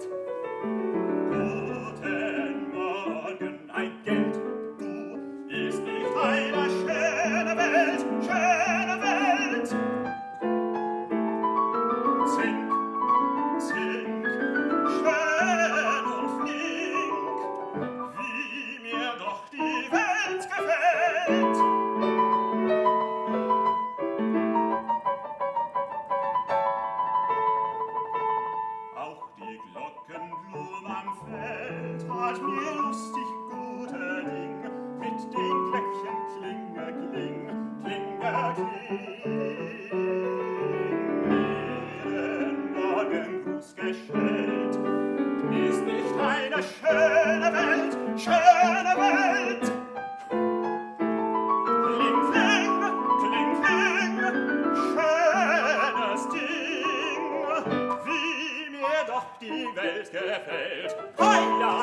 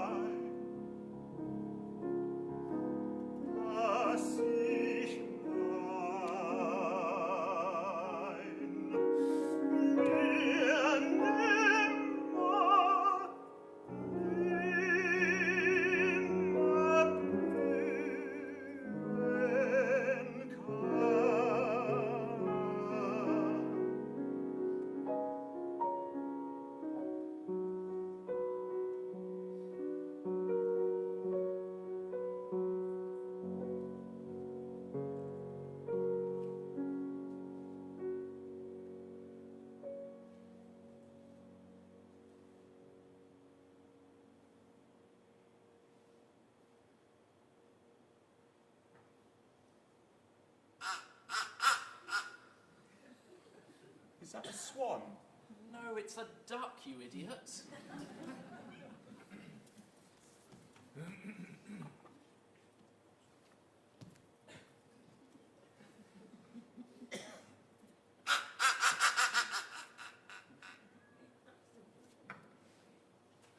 Sola, sola, sine sorsa, sola tan rondan, esas tan errogenasen, mit Vagoivon cantan.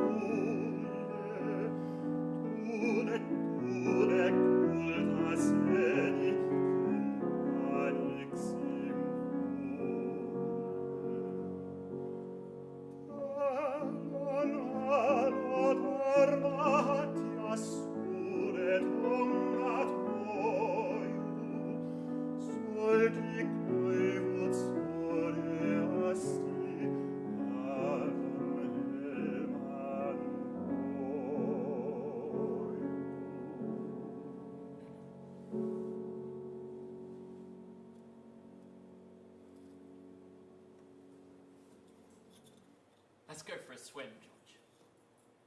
A swim? In a duck pond? I don't think that water looks very clean. Clean? It's pristine. Drink it, you could swim in it, you could drink it. Drink that with the state of the water in this country? I don't think so. Oh, we're 7 miles from nowhere and beyond. It can't possibly be polluted.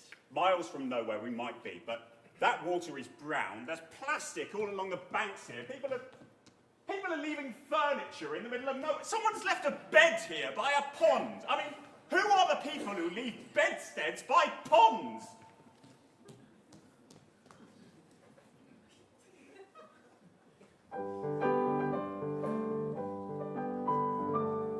When you're walking in the country far from villages and towns, when you're 7 miles from nowhere and beyond, in some dark deserted forest or a hollow of the downs, you may come across a lonely pool or pond. And you'll always find a big brass broken bedstead by the bank. There's one in every loch and beer and fen. Don't think it's there by accident. It's us you have to thank, The Society of British Bedstead Men. The Hammer-Ponds of Sussex and the Dew-Ponds of the West are part of Britain's heritage, the part we love the best. Every eel and fish and mill pond has a beauty all can share, but not unless it's got a big brass broken bedstead there. So we filch them out of attics, we beg them from our friends, we buy them up at auction lots with other odds and ends, then we drag them across the meadows when the moon is in the sky. So watch the wall, my darling, while the bedstead men go by. The League of British Bedstead Men is marching through the night, a desperate and dedicated crew. Under cover of the hedges, always keeping out of sight, for the precious load of bedsteads must get through.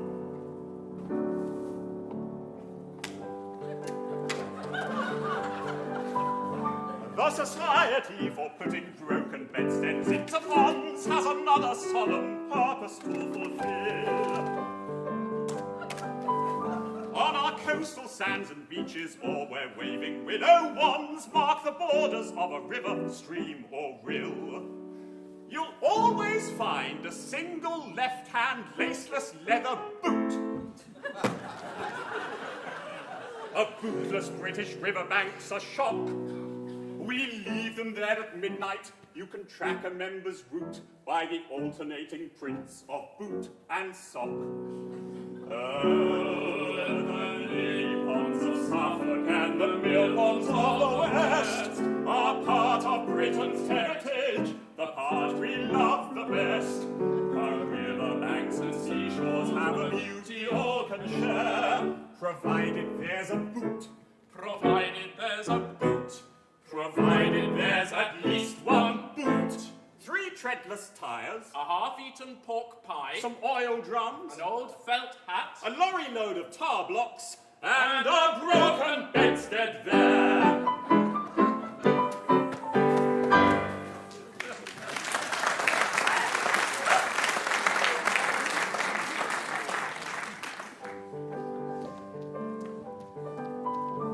In recent years, we've taken on another public role as directors of a British water board.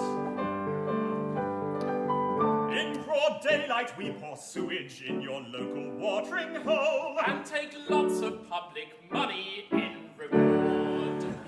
And every time you run a bath, another salmon dies. And all the suits and ties get off scot-free. If that sounds unappealing, you might want to close your eyes while we dump a load of plastic in the sea.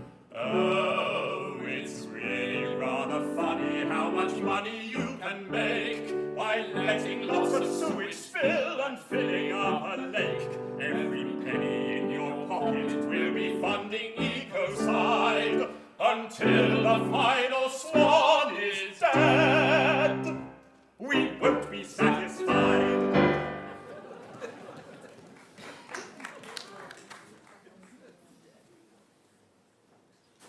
Honestly, I just do not understand who these people are that would do this.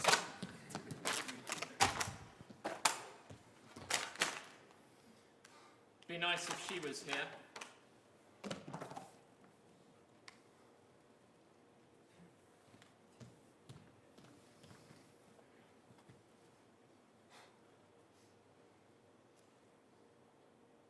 Chapter 6. The Companion. A companion is ideal. However, we all know that companionship prolonged may be trying, even to good friends. There is perhaps no greater test of friendship than going on a long tramp. There are many types of companionship. The two undergraduates. The two cronies of the same town. The middle-aged man and his young disciple. Sweethearts. Bachelor girls. Fathers and sons. Man and wife. Friend and friend. Young athletes will go the furthest distance. Lovers the shortest. But the lovers may be out the longest time. Love, let the wind cry on the dark mountain, bending the ash trees and the tall hemlocks with the great voice of thunderous regions. How I adore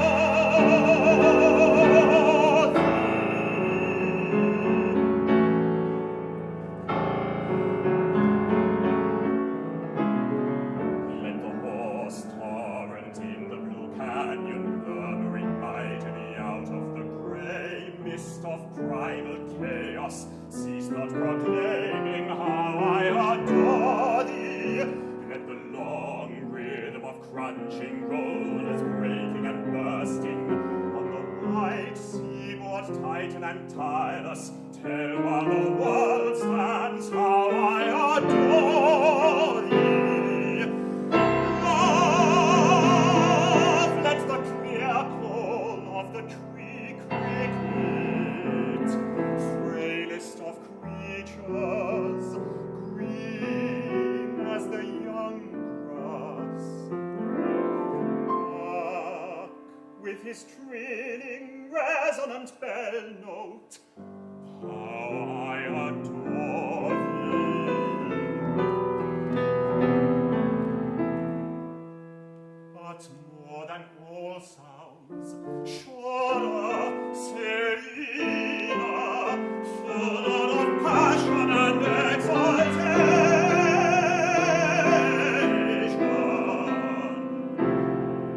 let the hushed whisper in thine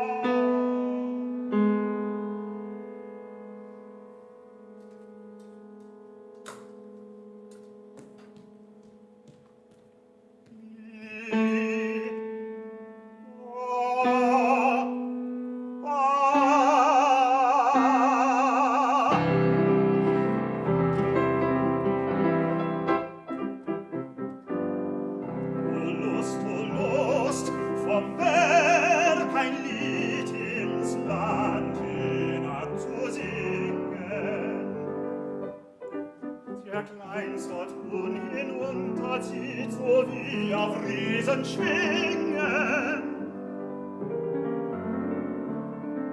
Der stillste Hauch aus lauter Brust, in Leid und Lust entrungen, er wird zum Klange unbewusst für alle Welt gesungen. Er wird zum Klange, unbewusst für alle Welt gesungen.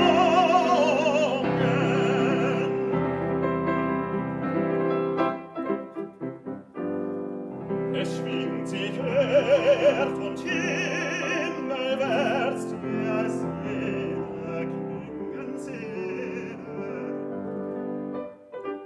und fällt der ganzen Welt ans Herz, ob freudig, ob in Tränen. Was still sonst nur die Brust durchzieht, fliegt aus auf lauten Schwingen. O Lust, vom Berg ein Lied ins Land hinab zu singen. O Lust, vom Berg ein Lied ins Land hinab zu singen.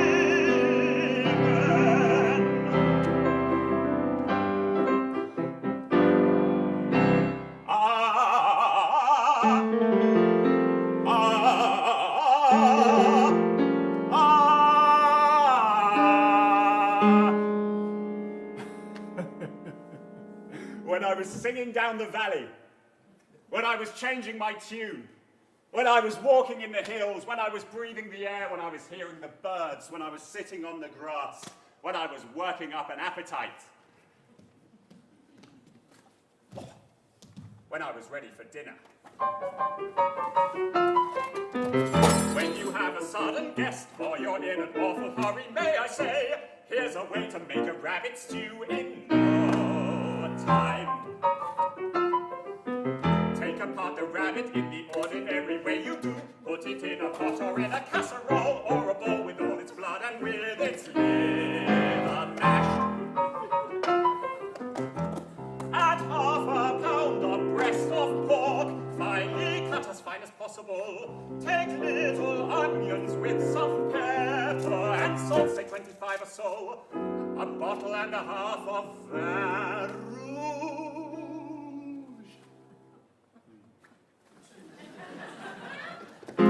Boil it up and waste a minute on the very hottest fire. When boiled a quarter of an hour more, the sauce should now be half of what it was before. Then you carefully apply a flame, as they do in the best, most expensive cafes. After the flame is out, just add the sauce to half a pound of butter with flour and mix them together and serve.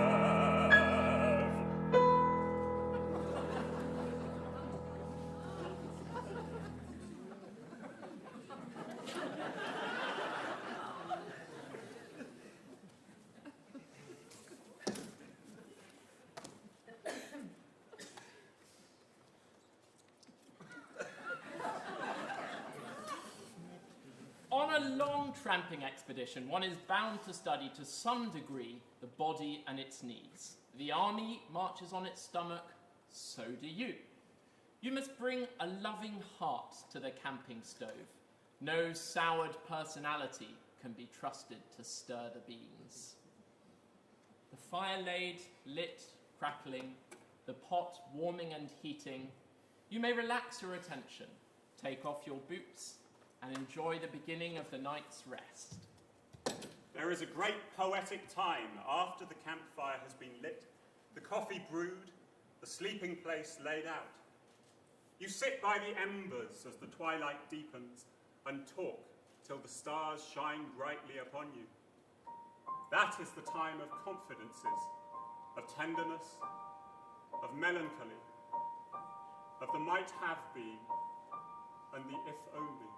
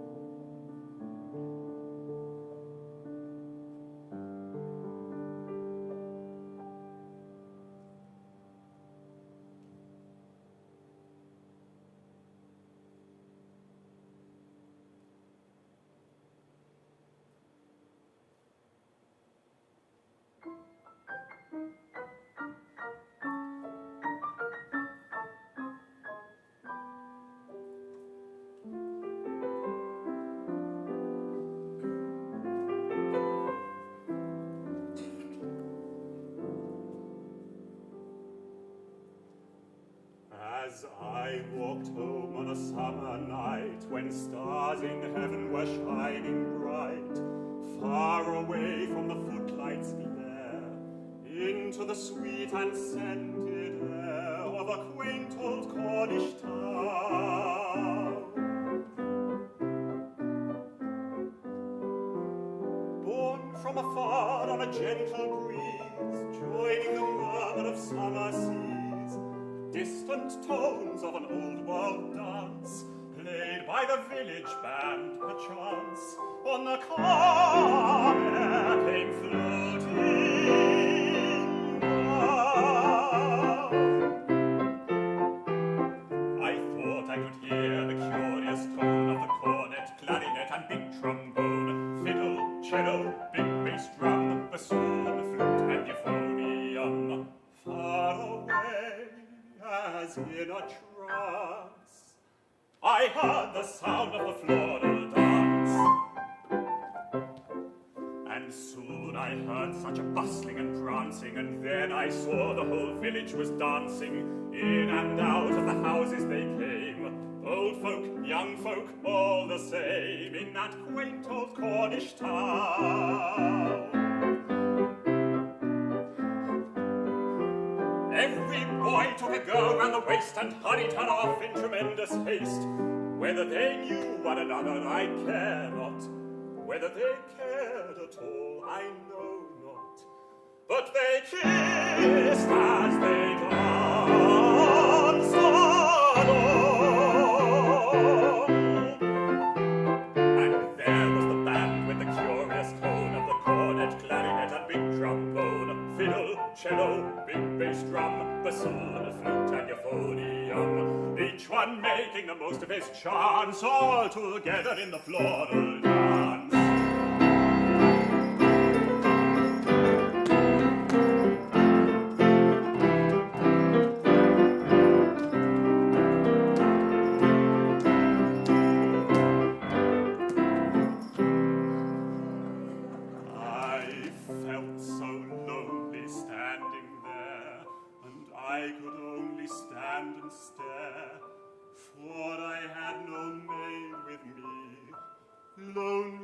Should have to be in that quaint old Cornish town.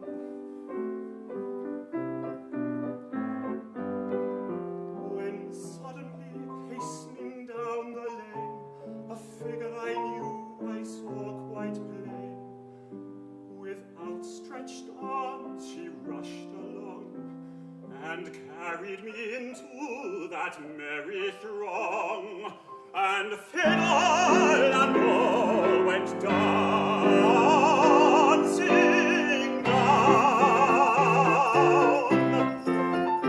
We danced to the band with the curious tone of the cornet, clarinet, and big trombone, fiddle, cello, big bass drum, bassoon, flute, and euphonium, each one making the most of his chance, all together in the floral dance, dancing here, prancing there, jigging, jogging everywhere, up and down and around the town.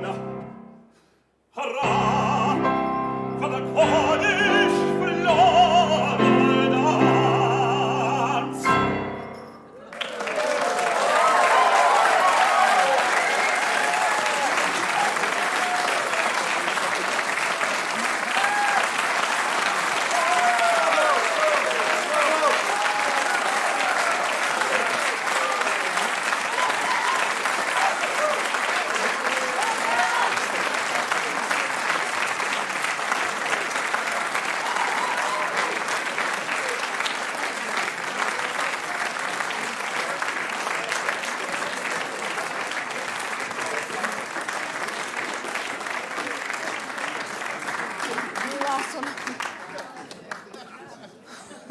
We lost one of the cute little IVC boxes on the microphone. Aw. Well done, guys. Thank you very much. That was a It lot of workout. fun. I don't think I've ever seen so many props on a lead recital stage before. I've never eaten beans on stage before, but there's a first time for everything, I guess. The faint scent of ham wafting towards me as I was trying to play the boulanger was very off-putting. Nothing like the smell of beans when you're dreaming about the stars. Lovely. How do you guys feel after your foray into nature? It was good fun. Yeah, had a good time. Did we have fun, guys? Was that fun? I thought so. Honestly, I was shocked that Bedstead Men was not an original composition, to be honest. Well, the last verse we did right, especially, because Here, of come the... just a little bit closer to me. You're so far away. It just touches on the current situation with the water companies in the UK. We thought that was a nice way of updating the song. I thought so, yes, exactly. You mentioned that you guys did that together. How was that? It was really fun, actually. It was on the train, and we were I'd throw a line, and then George would try and throw one back. And it was a great process. Yeah, we just sort of went with our instincts and did it quickly. And the only song we'd written together before was about George's mother. So it was a new adventure. I don't think I want to ask about that. No. Speaking of Bedstead Men, you have a lovely voice, Ed. Thanks. Bravo. Can we give some support for Ed? Gorgeous voice. That was gorgeous. And speaking of which, Ed, you are quite a ways away from George most of the time. And sometimes he's behind you. And sometimes there's just camo netting hanging from the piano, blocking your view. How was that as a pianist? Yeah, it's certainly hard. I mean, my training was as an organist, so I'm used to playing 100 meters away from people. I try and just listen really intently. I don't use sight that much. I just listen for the breathing, feel. We've done the program a lot, so sort of roughly know. But it's quite disconcerting because, like, when we had to sing harmony together in the Flans and Swan, I said to George, "You've got to come and stand at my shoulder because I just can't do all that with you also at a distance." A bit and I tricky. finally behaved myself on that front. You put me on a listened. lead. Yeah. And besides when I was as the required work, was it hard not to find? Besides when I was, there was no required repertoire. Was it hard not to fall into sort of old classics, or did you enjoy tramping into the repertoire, as it were? Well, we banned the Vaughan Williams, the Vagabond. Like, that was the first decision that we weren't going to do that one. I hope we struck quite a nice balance between some old favourites like Das Wandern and some things like the Muriel Herbert, the Katie Moss, that aren't so well known but should be better known because they're lovely songs. We really like Muriel Herbert. Yeah, I mean, the Muriel Herbert, the Katie Moss, and the Schubert were the ones that we sort of had in our repertoire already, really. So we worked from there on the basis of having some recognisable tunes that people would know, but trying to introduce new songs, and you know, we both love sort of English popular light music, and we wanted to add an element of that and bring that to hopefully a new audience. I guess we were also considering the language barrier, and you know, so I think we tried to foreground things that were in English in the hope that you know that would give us a better chance of connecting with everybody. Was there one piece in particular that you enjoyed working on the most? I mean, I liked the Flans and Swan. That I used to go to sleep listening to those songs when I was a child. Though I never thought that was going to be part of my career. And like, if Dad had too much to drink at dinner, we'd all gather around the piano and sing Flans and Swan together. And now here I am in the Netherlands playing Flans and Swan. I love working on the Fadail. I mean, because it was such a sort of, you know, you have the instructions, but in many ways it's sort of blank canvas to make what you want of it within the structure and within the limits, and that was just a wonderful challenge to find a place for that in you know, dramatically in what otherwise was a program that wasn't very conducive to you know, we had to add in a mental breakdown in the middle of or at some point in a walk. So when I read the description of your program, I thought, how in the heck are they going to do this Carmen Fidel? That's going to be a challenge. But you did it amazingly. And speaking of this kind of balance between the way you started with the coding or whatever it was on the projector, there's this expression that's been created for people that spend too much online and should go outside. Do you know what it is that I'm talking about? We say that they should touch grass. Oh, right, yes. And while it's perhaps not possible to disconnect altogether in our infinitely connected society, What would be your best idea for those who want to learn the gentle art of tramping, even if they can't go very far? Well, I would say buy a bivy bag, because that... What is that? What is a bivy bag's like a kind of waterproof sleeping bag, and that's your crucial piece of kit, because then you can just sleep anywhere. Okay. Is that too much of a step? I would say go on a day trip first before you sleep in the hills. But seriously, I said don't buy anything, just go out for a walk. Well, I think it's so liberating just not knowing where you're going to sleep, and you can just set off. And it's so exciting when you're out in the middle of nowhere on your own, settling down to sleep. I'd really advise that, but maybe too much. Spoken like a true country boy. Thank you guys so much. And thank you for teaching us the gentle art of tramping. Thank you, Anna. Thank you all.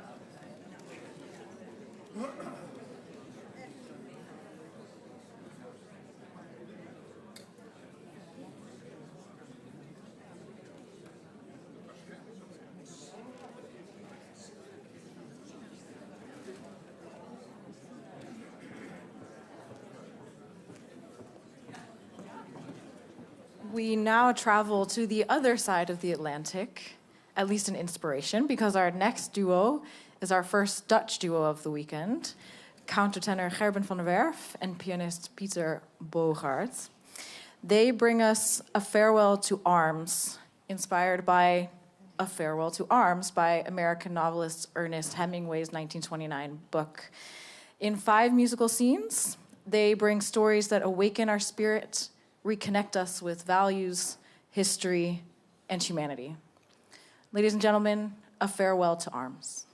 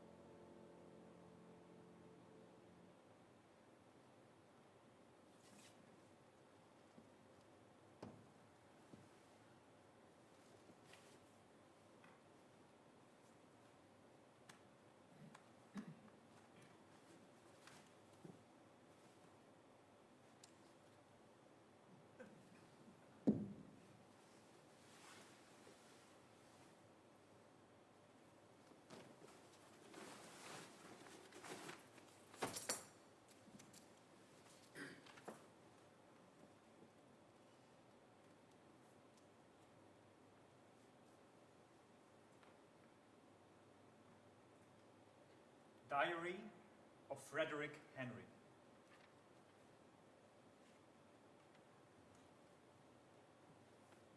Wait a minute, Lieutenant Rinaldi said. We should have a drink. He opened his trunk and took out a bottle. All right. He poured 2 glasses and we touched them. The wine was very strong. Another one?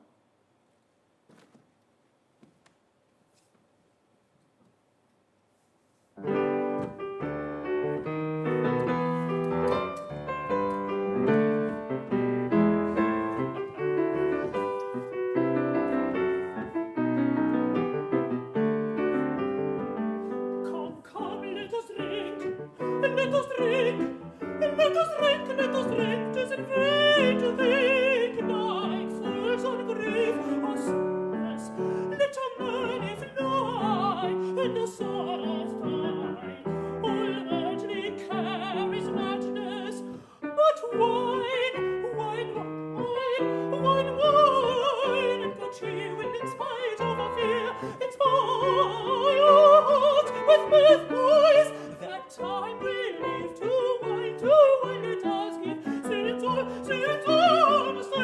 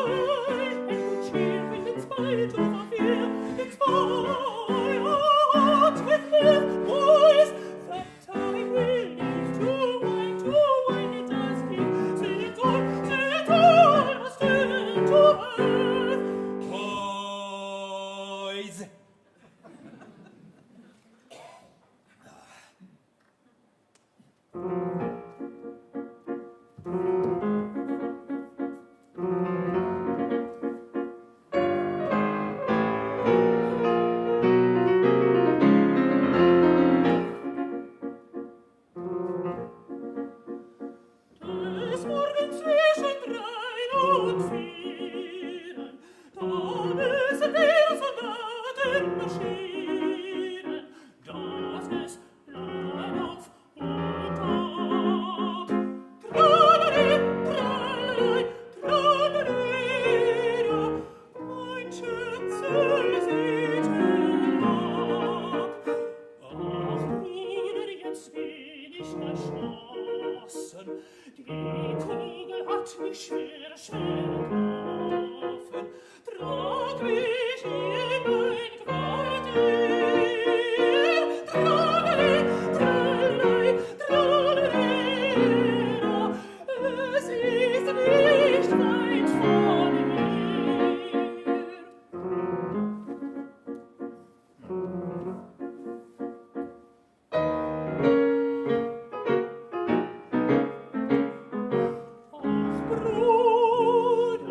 Ach Bruder, ich kann dich nicht tragen. Die Feinde haben uns geschlagen. Hilf dir, der liebe Gott. Hilf dir, der liebe Gott. Tralali, tralali, tralali, tralali, tralalira, ich muss marschieren bis in den Tod.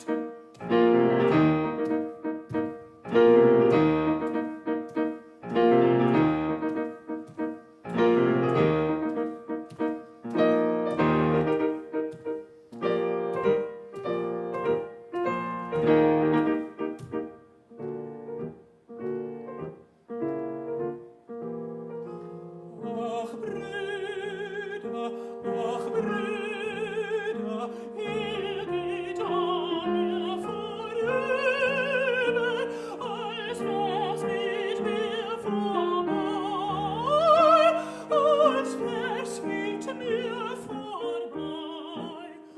Tralali, tralali, tralali, tralali, tralalira, ihr tretet mir zu nah, ihr tretet mir zu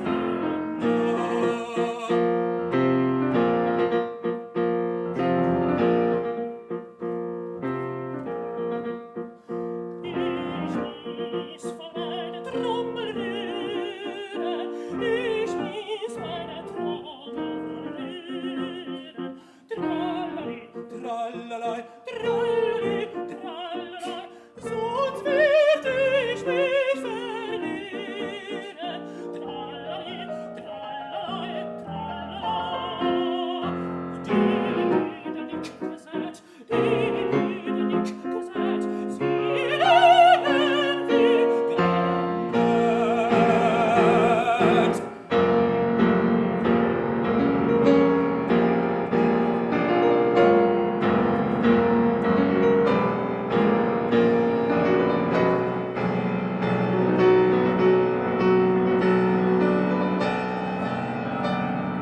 Schlägt die Trommel auf und nieder, ihr wecket seine stillen Brüder. Tralali, tralala, tralali, tralala, sie schlagen ihren Feind, Feind, Feind. Tralali, tralala, tralala. Ein Schrecken schlägt den Feind, ein Schrecken schlägt den Feind. Er schlägt die Trommel auf und nieder, da sind sie, wo die Nacht vergeht schon wieder. Tralali, tralali, tralali, tralali, jetzt ist ein hell hinaus.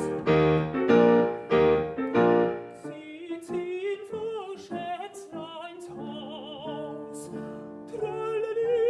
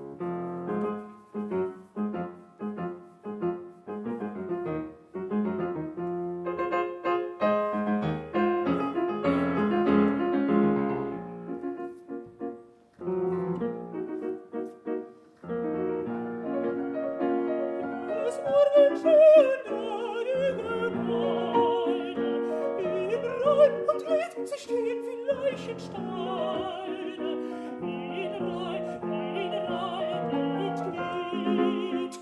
Die Gruppe steht voran, die Gruppe steht voran, da sie sehen kann.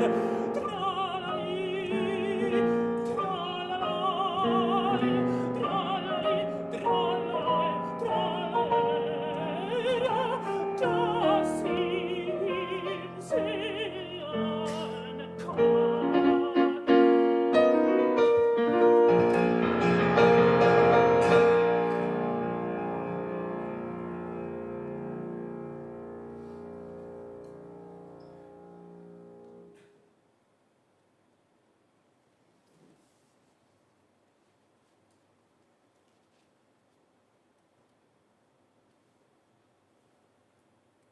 Catherine had wonderfully beautiful hair,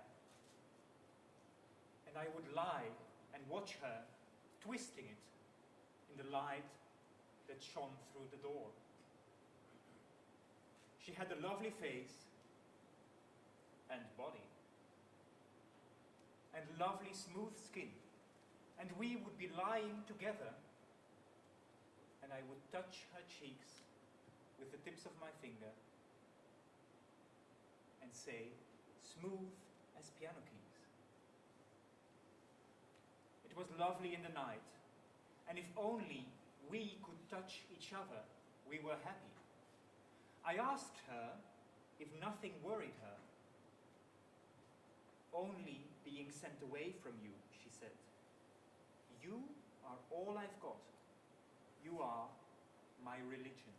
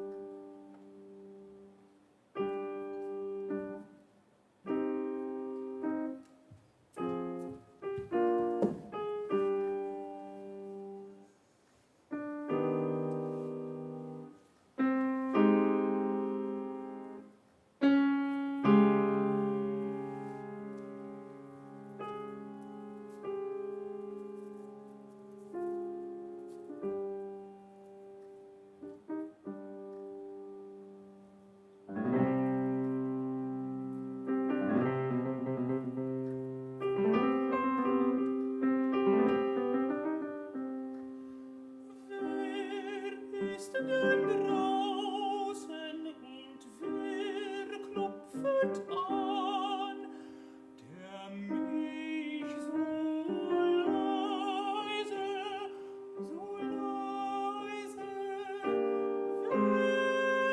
wecken kann?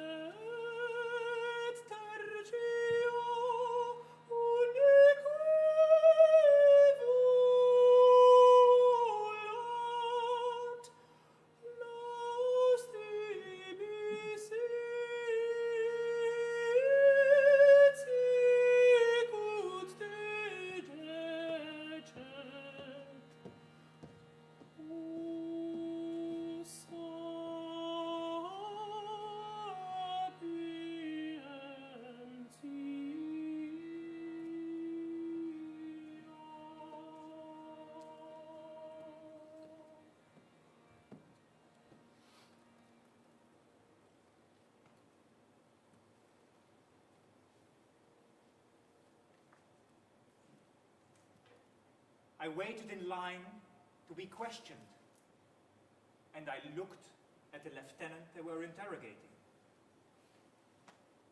How come you were not with your regiment? It is you and such as you that led the barbarians onto the sacred soil of our fatherland. I beg your pardon, he said. Have you ever been in a retreat?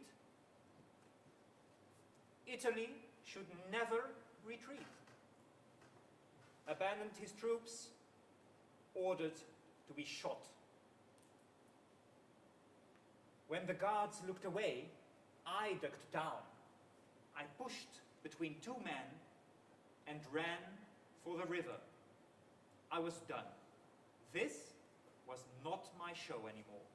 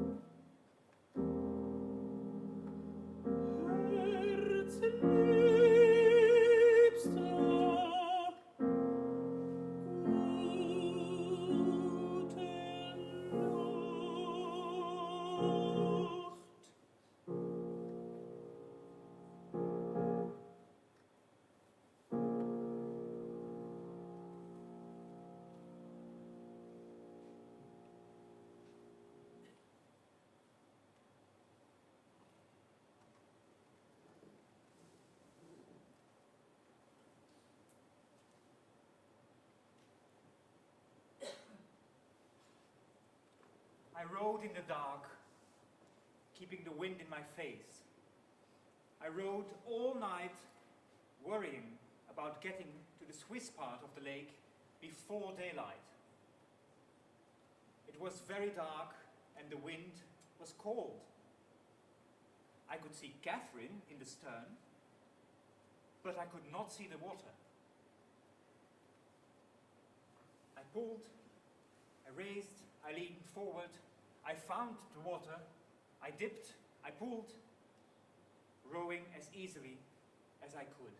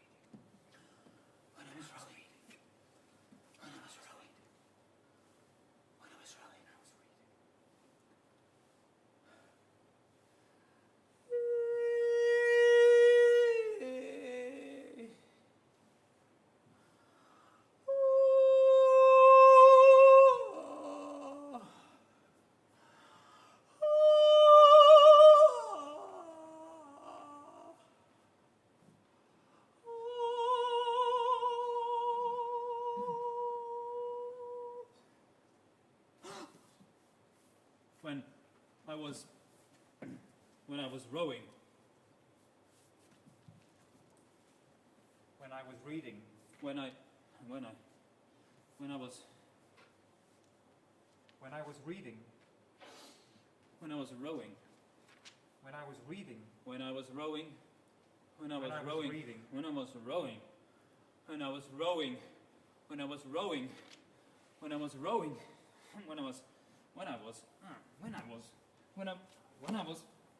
When I was rowing. Rowing. Rowing. Rowing. Rowing. Rowing. Rowing. Rowing. Rowing. Rowing. Rowing. Rowing. When I was rowing.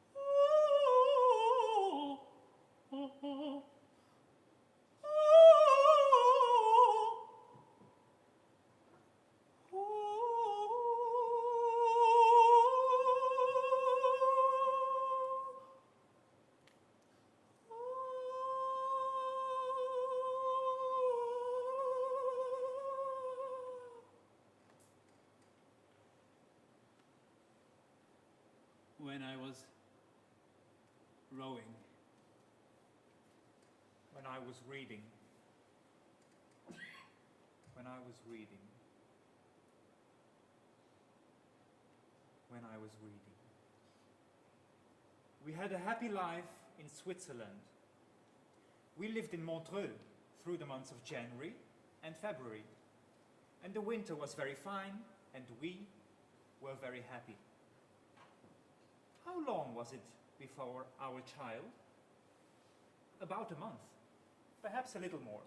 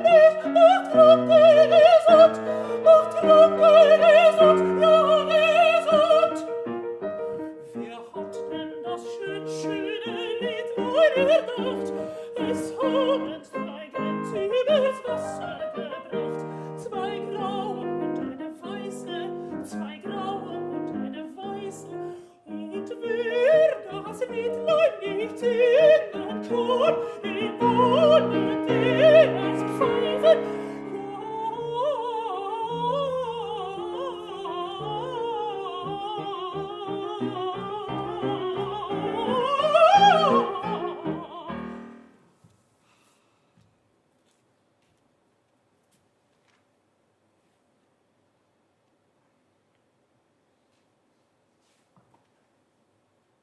What's the matter with the baby? I asked. He was not alive, the nurse said. He was dead? Yes, I thought you knew. I went back inside Catherine's room. It seems she had one hemorrhage after another, and there was nothing they could do. I stayed with her until she died. It was like saying goodbye to a statue. After a while, I went out, left the hospital, and walked back to the hotel in the rain.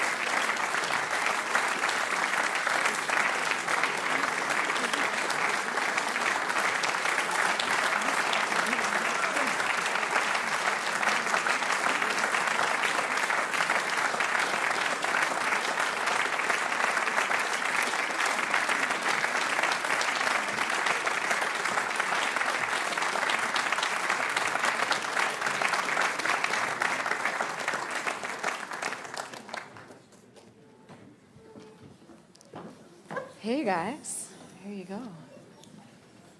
Come, follow me.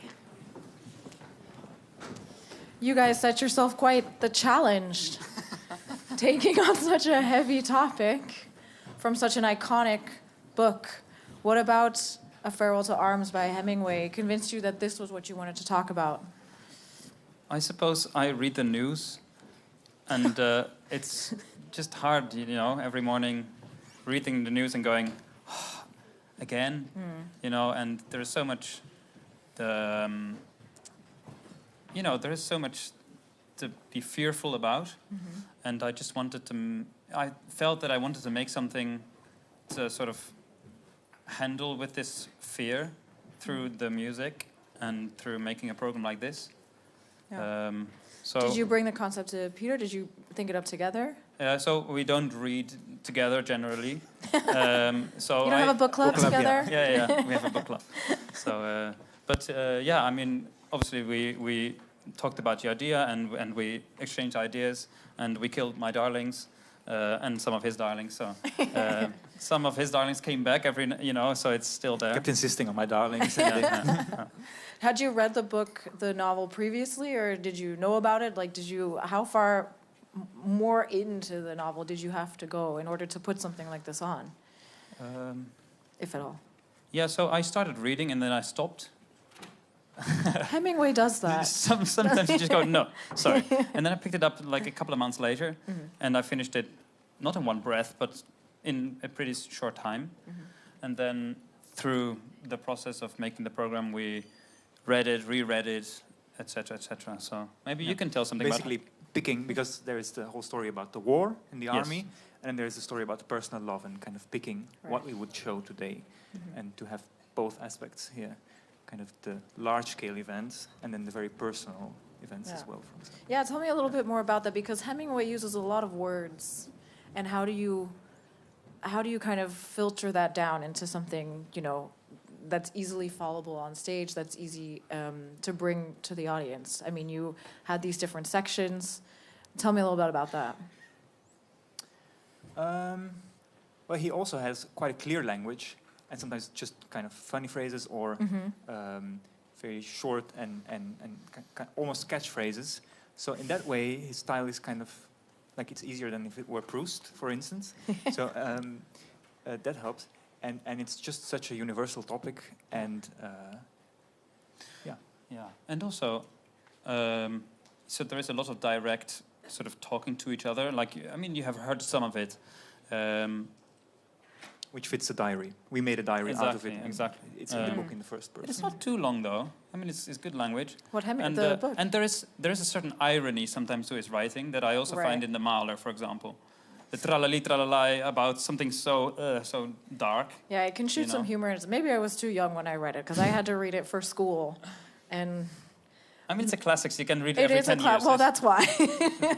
I wanted to pick it back up before your performance, but... Yeah.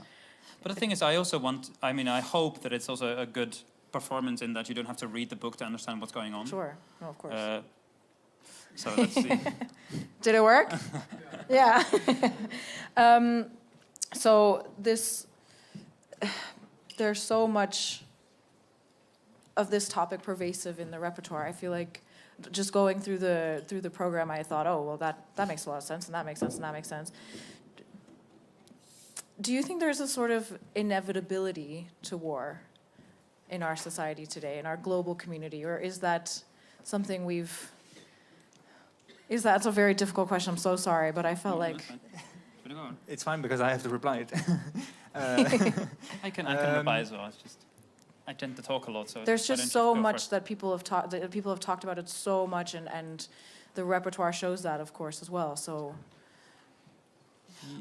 I mean, isn't it the case that war, there's a certain inevitability to it? Do I say it right? Yeah, perfect. But then we sort of had a feel of what peace, like in the last so many decades, has felt. And I think it's an extraordinary achievement by the European Union, for example, on our continent, that is. But I think there is so much war out there that we even don't know about. So, for example, the World Cup of the world, what is it? The cycling World Cup is going on at the moment in Rwanda, as you might know, and there's so much to say about this topic. There is so much going on in these kind of countries that we don't know about generally. Now that the World Cup is done there, we go, oh, this is an interesting country, and we read about it, and we go, oh, okay, this is, there is so much darkness, not only in our continent. Yeah, I thought it was beautiful what you said in the description of that it allows us, well, it doesn't allow us to forget, and I think it's so easy to just push it to the side because we don't want to talk, we don't want to think about it, we don't want to talk about it. It's not right here, so we're not going to think about it. But the thing is, why we want to talk about it and bring it up as a topic, I think, in a context like this, is also that, we're also sort of kind of fighting a cultural war as well, going, oh yeah, we need to, reserve so much money for defense and money for, arms and whatever. But, the whole point is, as Churchill said, I think it was him, like, yeah, we actually fight, to celebrate our culture. So now I hope that we do this by telling stories, by reviving and, again, revitalizing song. Yeah. So I think that's the whole point. You're doing great, thanks. And to immerse yourself in such a heavy topic, was there any point during the process that, it kind of got the better of you in a way, or that you guys were like, all right, we got to take a break. We got to think about something else. I think we handled it pretty okay, kept going. It was nice, just discovery to be working on this music, and if you then just, we're talking now about the topic a lot, but we were also just exploring this gorgeous music which we hadn't done together before, so that it keeps you going as well. Yeah, and there is a way, I think, for example, Mahler, he was very afraid of war and these kind of things, and I think that is something that I recognize in myself, and it's kind of nice to feel through another century sort of together with somebody in sort of this idea of fear. And I think as long as I worked on the music, at least, I felt sort of shimmers of hope. If it's very cheesy, but it's just it's a nice distraction from the news as well. Maybe that's my. Beautiful singing is always a good distraction, I think. Well, thank you guys so much for your performance. It was a beautiful reminder of something quite ugly, but it was a pleasure to watch. Thank you guys. Give them another round of applause, everybody. Thank you so much.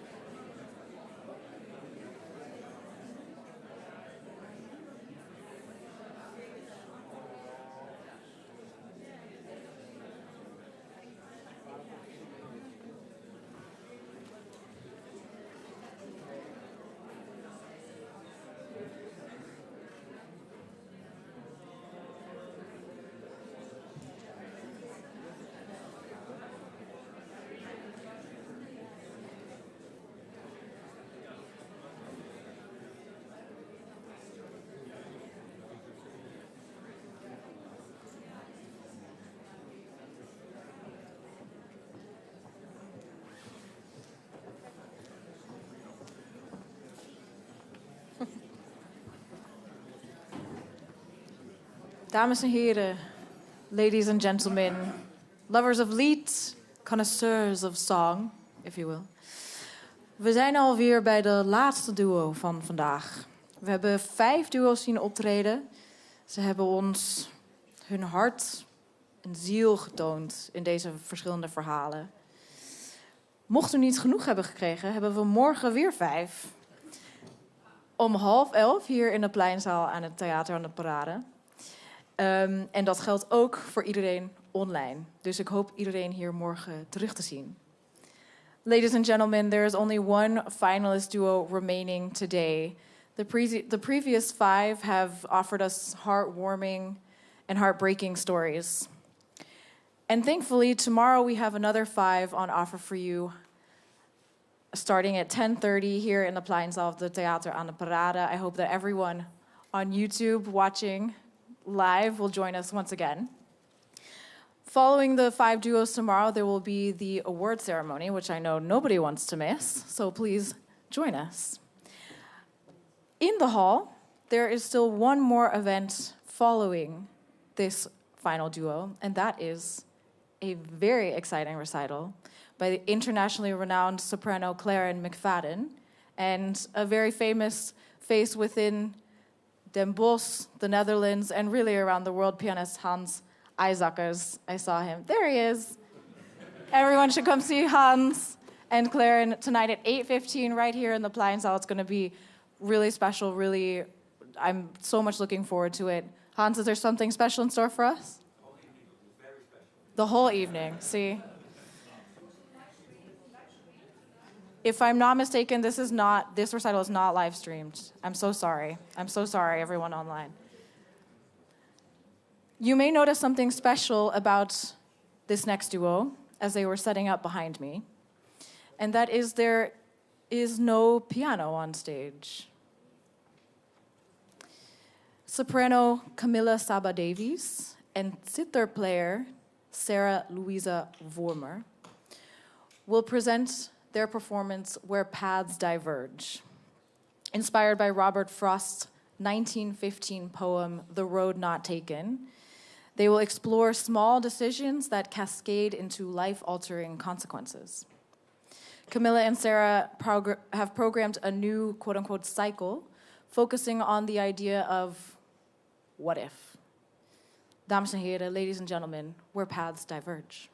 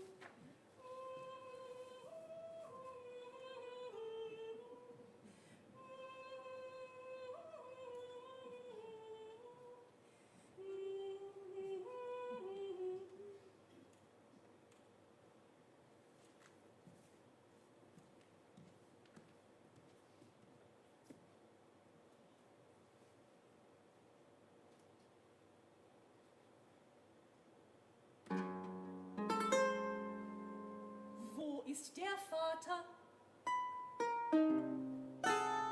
Wo ist die Mutter? Der Vater weint im Weißdornstrauch.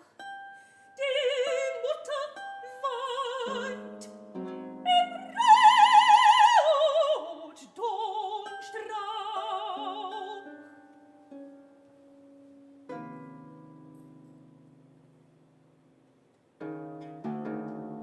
Willst du reiten? Ich sattne dir den Morgen. Willst du schwimmen? Ich staue dir das Licht. Willst du wandern? Ich schenke dir ein Tal. Darin ist der Habicht, darin ist die Taube. Wie du die Flügel lebst, frei wie der Wind, der sorglos eilt, kein Ziel sich stellt und nirgends weit, kein Ziel sich stellt und nirgends weit. So, Sassa, so wollen wir in die Welt hinein, ja, so wollen wir frei und sorglos sein, so wollen wir frei und sorglos sein, so wollen wir frei und sorglos sein, Sassa, Sassa. Kühn ist der junge Vatersmann, tritt er die erste Reise an, tritt er die erste Reise an. Tralala, tralala. So leuchtet der Sonne Morgenschein, sie vertreibt die Nacht aus Tal und Hain, sie treibt die Nacht aus Tal und Hain, sie treibt die Nacht aus Tal und Hain. Tralala, tralala. Schau meines eilenden Vorwärtsschritts, die Heimat hinten, wo han tritt, die Heimat hinten, wo han tritt. La la la la la la. Wo, Schwestern, wird nun der Heimat sein? In der Welt, in der Welt.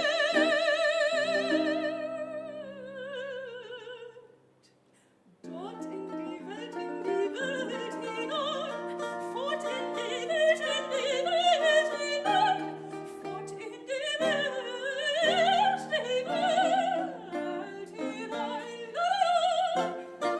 La la la.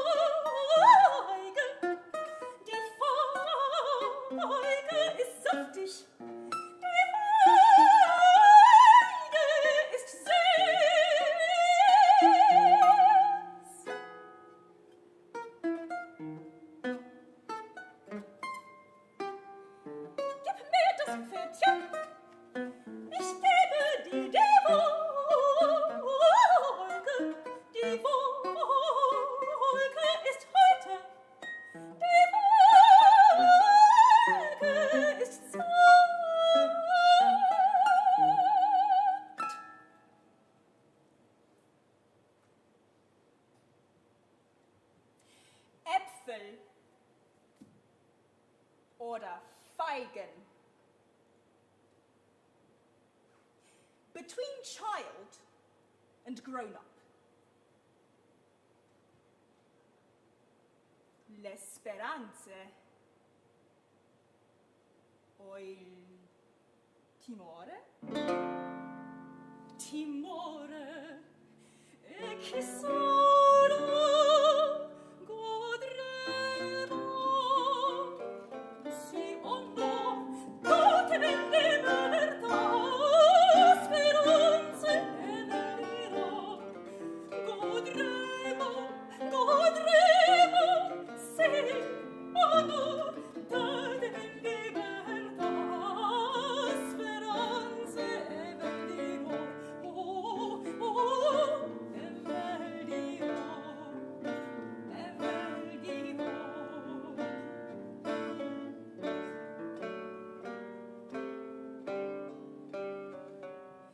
Non s'accordano mai, mai le speranze di mo'.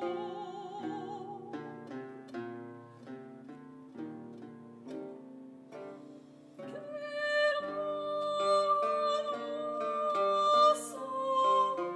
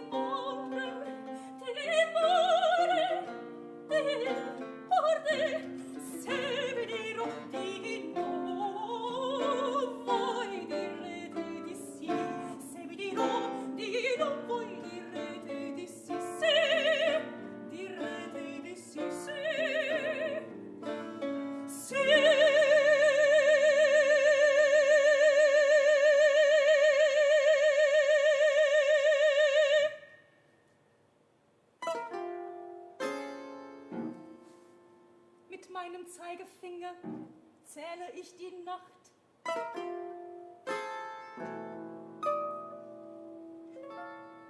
Mit meinem Mittelfinger locke ich den Mond.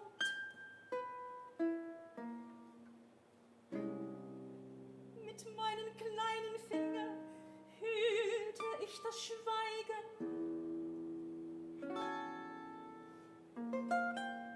Der Ringfinger schließt alle Gitter auf. Um meinen Daumen sammeln sich die Zwerge.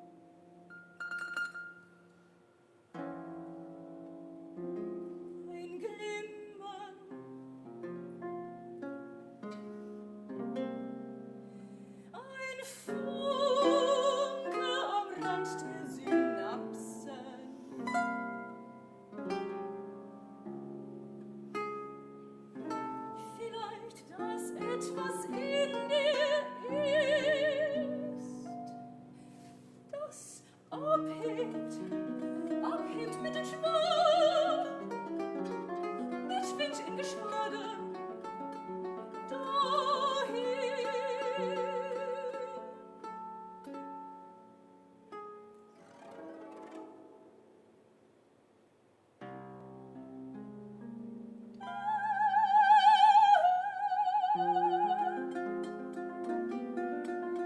Einem ferneren Sommer zu, ins weite Gleiten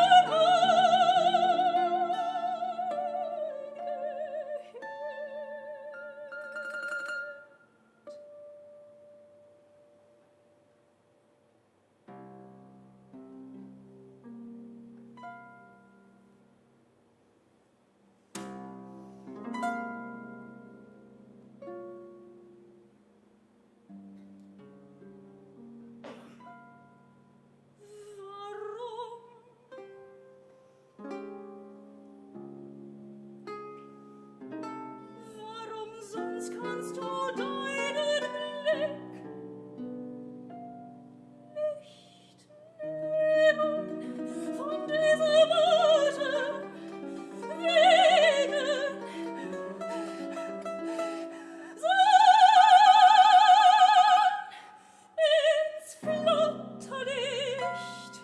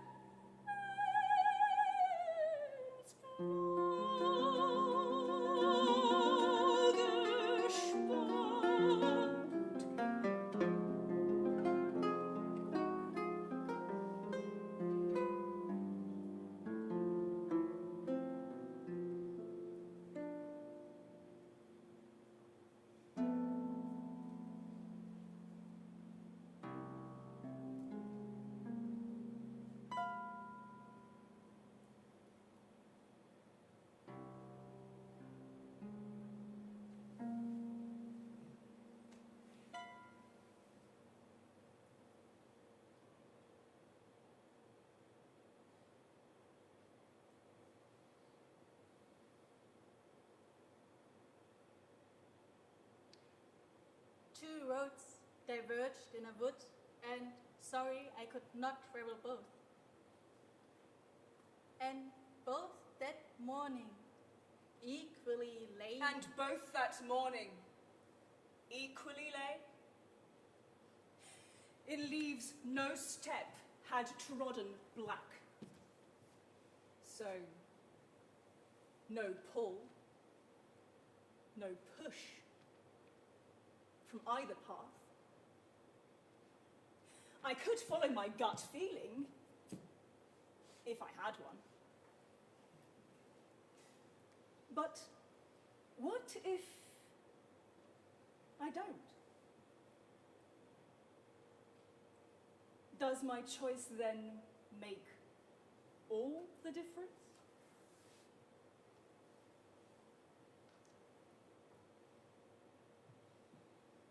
Aki no yuhi ni teru yama momiji koi mo usui mo kazu naru naka ni matsu o irodoru kaide yatsuta wa yama no fumoto no susomo yo. Aki no yuhi ni teru yama momiji koi mo usui mo kazuru naru naka ni aki no yuhi ni teru yama momiji koi mo usui mo naru naru naka ni momiji momiji momiji momiji.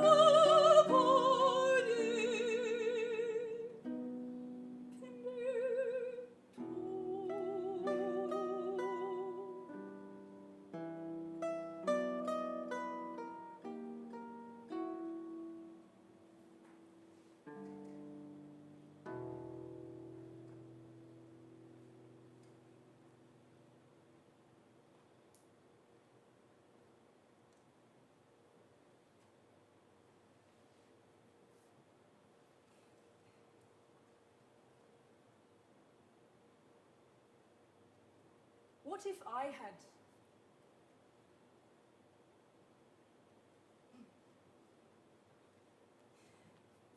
What if I had...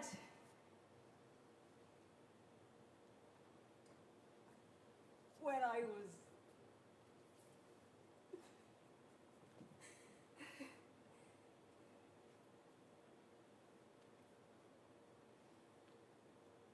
What if you...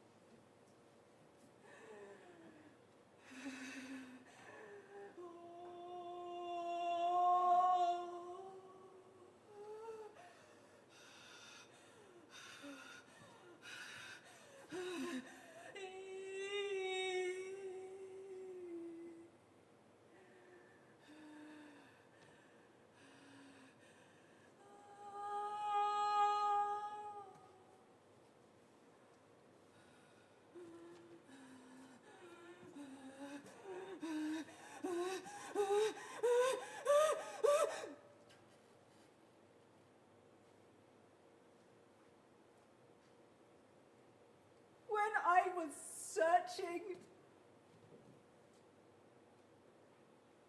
when I was observing, when I was meandering, when I was choosing,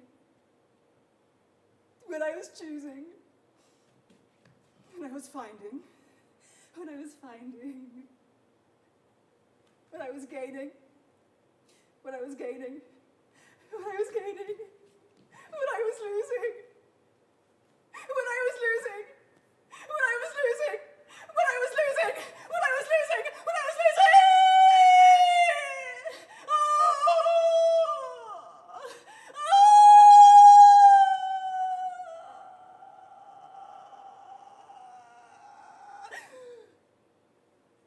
When I was finding, when I was choosing, when I was diverging, when I was choosing, when I was finding, when I was losing, when I was gaining, when I was regretting, when I was regretting, when I was regretting.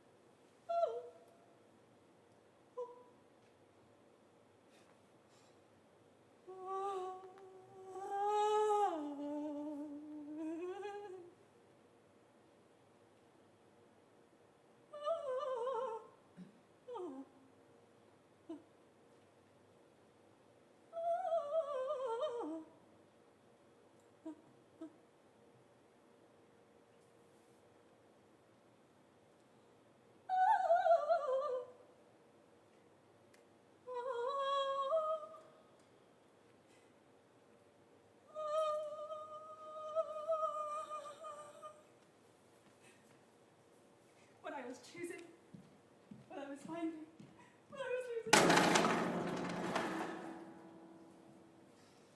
Du bist Gift für mich, ich übergib's.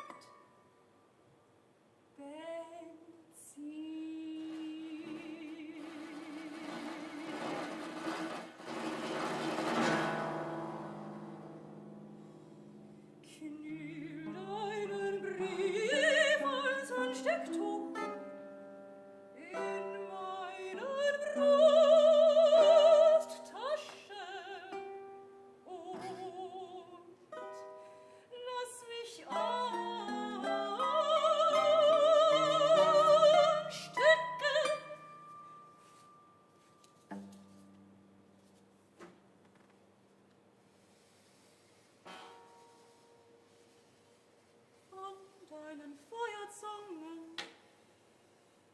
und flammenden Reden, wie es gezündet hat. Du streust mich ab wie die Asche von deinen Zigaretten.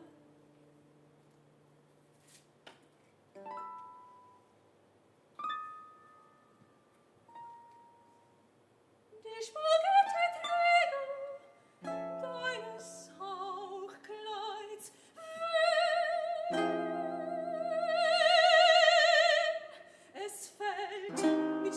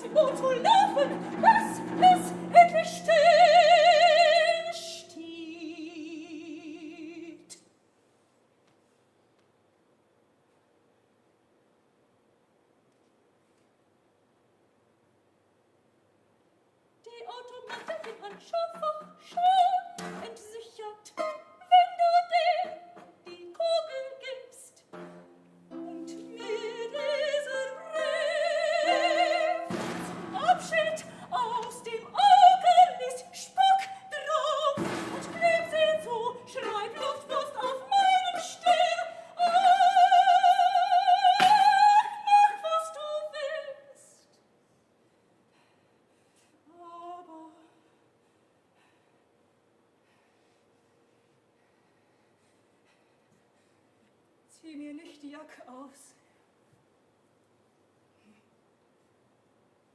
Mich stören die Brandflecken nicht. Bitte. Mich friert's ohne dich.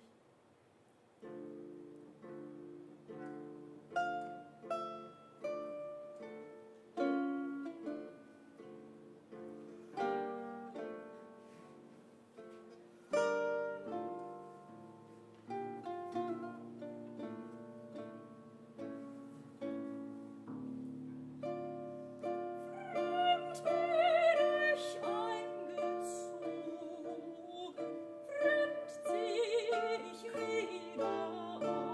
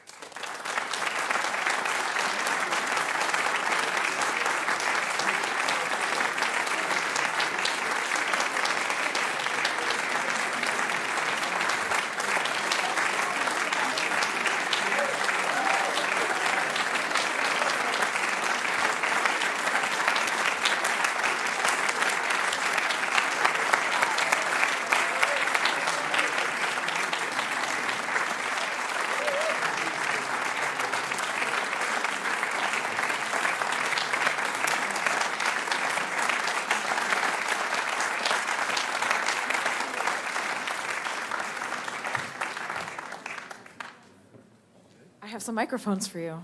Come with me. What a way to end the day, ladies and gentlemen, am I right? Well done, guys.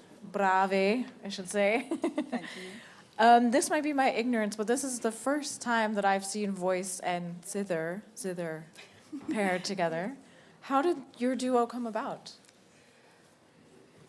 Well, we knew about each other for a long time.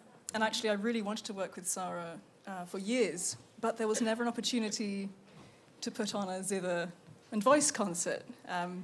Yes, and then in January, I needed very urgently a soprano for a concert. I had to decide in a few days, so I asked Camilla because I knew that she's a fantastic soprano and super good with contemporary music. So when we first met, I asked her to play the next big concert with me, and she asked me to apply for this competition. And all before we played the first tones together, but it was a lucky thing. So that's so how you we play came more together. often with singers? Yes, I have some experience with that. I mean, the zither is really suitable for that, and also Renaissance repertoire, lute songs, and everything. That's quite well. So yeah. Yeah, for sure.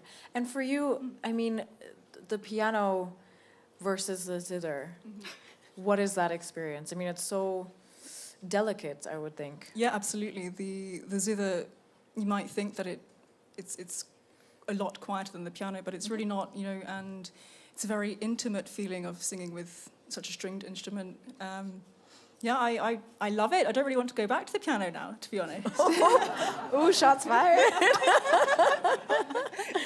Amazing. In you guys' own words, this is a new cycle for the exploration of what if, instead of, you know, the decision having just been made or trying to figure out what the decision is almost. When did this realization and idea occur to you? I really like the German word Begegnung. So I'm not a native German speaker, but I've been living there for a few years now. And there are some words that you pick up as a foreign national that sort of stick in your mind, and one of them was Begegnung. So that's roughly translated as an encounter, exactly. And then from there came the idea of how do encounters happen, what happens after an encounter, and there grew out the idea of a diverging path. Yeah. What if you had never needed a soprano for your concert? What if Yes, that? right. Especially at this moment, a path diverged, and I could have asked another person, then I wouldn't stand here tonight. So a lot can happen from small decisions, and I think Camilla and me both have some, diverging paths in our life. So, yes. And was there one piece in your repertoire, either as a singer or as a zitherist, that you thought needed to be in this cycle, or that you thought that's where we're going to start? Well, definitely we had the Flügelschlag, which was written by our very good colleague Eva Kuhn, which is, you know, the idea of a butterfly effect. And that was originally written for zither and Yeah, voice. that's the only piece that's originally written for zither and voice. All the other pieces are arrangements of ourselves. By Sarah. Yeah. Brava, brava. And so this was quite set. And also Camilla came from the beginning with the Kinderlieder from Reimann. Yes. So this was also like the starting point. And was this a step outside your comfort zone? I assume more or less singery things. But for you, Sarah, as a zitherist, I mean, do you spend most of your time behind the zither, or was this known territory? No, I'm feeling super comfortable with doing more than just playing. I like it more to do more than just play. So I'm doing a lot of also music theater things and innovative concert formats. So yes, that's something I'm doing more regularly. Yeah. And the setup of your performance with these kind of blocks of light at the beginning and the media in the back and the matching jumpsuits? Yeah. Yes. Bodysuits, yeah. How long did it take you guys to decide on this more, let's say, the simpler way to stage it instead of, you know, perhaps any number of ways of doing it? I mean, ideally we would have a yellow wood and we'd have a path diverging in it, but we felt like the idea of the lifts really compacted our idea of what happens if you go upstairs, what if you go downstairs, what if you miss the lift and thereby miss your train and thereby miss your job interview. And so the lifts were quite a simple, but... Yeah, Camilla also, from the beginning on, she wanted to have the lifts. Yes. So this was fixed. And I think what took the most, I mean, Camilla is now really a professional video editor, so she spent her summer editing our videos, and I think she did fantastic. Oh, that's amazing. Yeah, but that took the most time, not the decision to simplify it like that. That was quick. Yeah, and the light blocks were, as you saw, that was very much sort of us walking into the lift, and we were hoping to bring the background into the foreground without really bringing two actual lifts on stage. But maybe next year that might be possible. That might be a little bit more expensive. Well, it was wonderful to experience this with you guys, and I hope you guys had fun. Yeah, great. And I hope everyone in the audience had fun. Did we? Thank you so much. Thank you guys so much. And now you can go relax. It's all done. You're all done. I'm going to ask you to just place those on the table because we are all done with today. Except for everyone in the hall who can, of course, come see Claren McFadden and pianist Hans Eisackers tonight at 8:15 right here. Please do come see this amazing recital from two amazing musicians of our time. For everyone online, we will see you tomorrow at 10:30 for the last 5 finalist duos of the 58th International Vocal Competition Theater in Song. Have a great night, everyone.